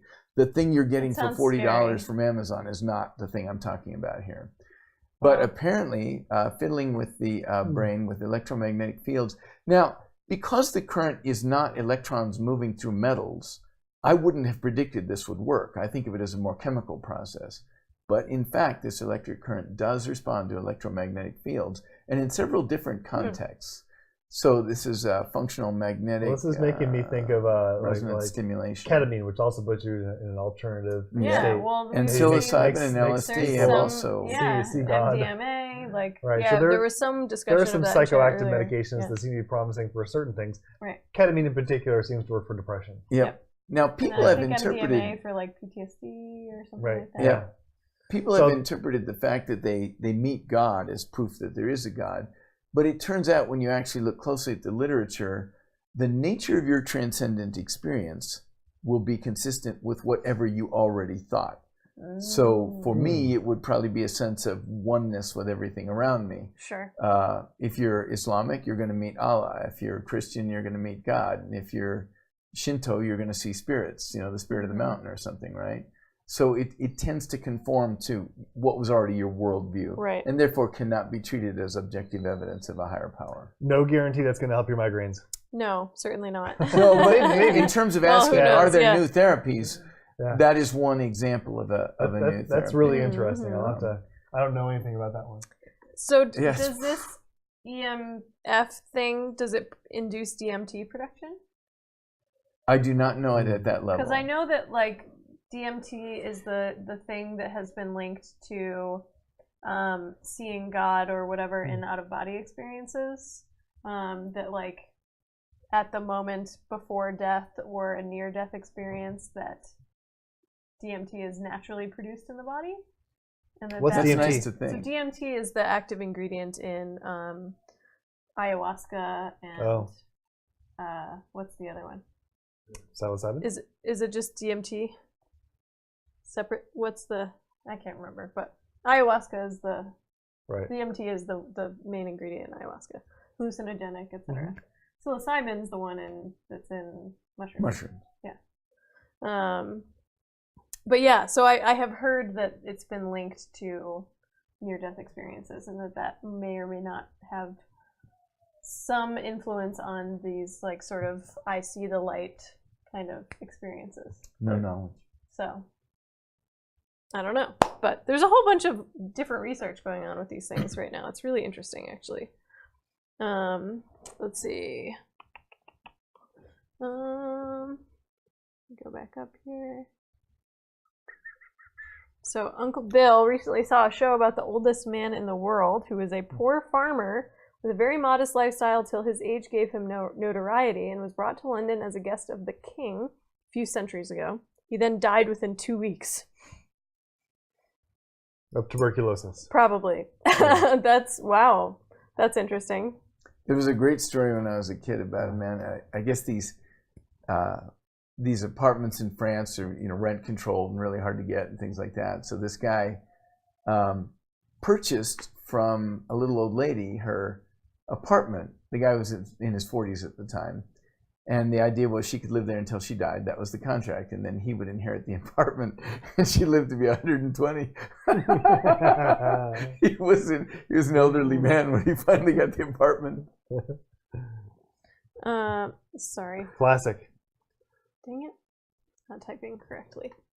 Let's see. So I can zap my brain to get high now too. Apparently. Yep. If you happen to have access to an MRI machine and somebody who knows And how if to, you're not into fecal transplants, that's the other way. Just kidding. or you could just drink the chocolate milk. Right. It's gonna give me nightmares, maybe. Well, it's going to be interesting to think about whether in the future that's going to be part of the medieval, viewpoint on modern medicine. For sure. I think probably it would be. But, that we're Could be. consuming fecal slurries from people. Sure. To be honest with you, I think that's one of the ones that's really going to develop over the 21st century. I think so too. Really good question from Dr. WD-40. Is our species... He's slick. Yes, Well right? done. She's slick. Is our species in a current state of evolution with technology? So the singularity is one we should do a podcast on. Oh yeah, we actually have one planned for our Science Happy Ooh, Hour nice. show coming So up maybe soon. we could do an add-on. Yeah. Which, by the way, so Science Happy Hour is off this week, but next week is our 1-year anniversary of doing the show. Nice. And so we're just going to have kind of a big party and do like a look back on the previous year of shows. That's and great. So you guys are both invited if you want to come hang out. So this is a week from next Yeah. Friday? So on the next- 6th. Okay, Yeah, April great. 6th. I So, do love me a party. which is also my half birthday. Oh. So, yeah. So getting back to this question for a Yes, second, sorry, here's yeah. something interesting. Half birthday. We are right Yeah. on the verge. We have CRISPR and we have the genome mapped out and so forth. We're right at the point where we're going to be able to tamper with our own DNA. It's There's true. no precedent for that in evolution. Right. Now, I'm old enough to remember a generation of kids named Rambo after Sylvester Stallone's movie came out. And we've seen that happen at other times too, where kids get named after movie characters and stuff. An awful lot of parents are going to want their kids to be 7 feet tall, not understanding the physiologic consequences of that. Totally. Or they want their kids to be football players. You notice you don't see a lot of elderly ex-football players. They tend to die in middle I age feel like because football's they're going to go away too at some bulky point. for their heart.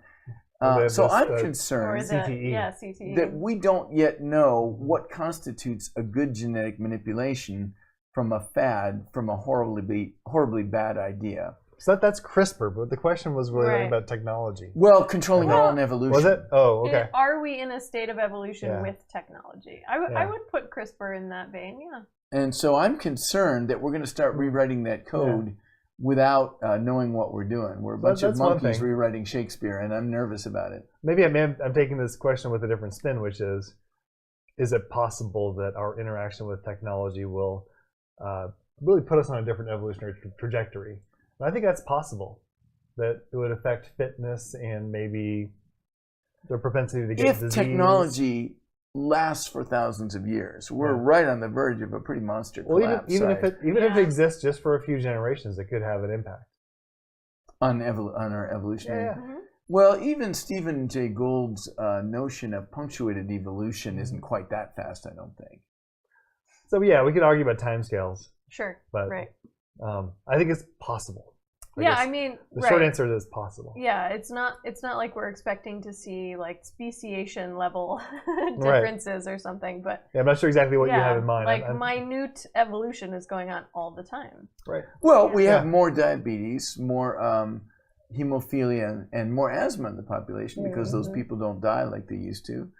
People with cystic fibrosis are living long enough to have children, but they're not living Right. anything like normal full lifespans. So medicine has had the unintended side effect of propagating deleterious genes that normally But would have weeded I themselves think out of the that system. that impact, that effect, I'm sure it's measurable, but I think that particular thing that you're mentioning is tiny compared to the effect, There's an awful lot of asthma and diabetes out there.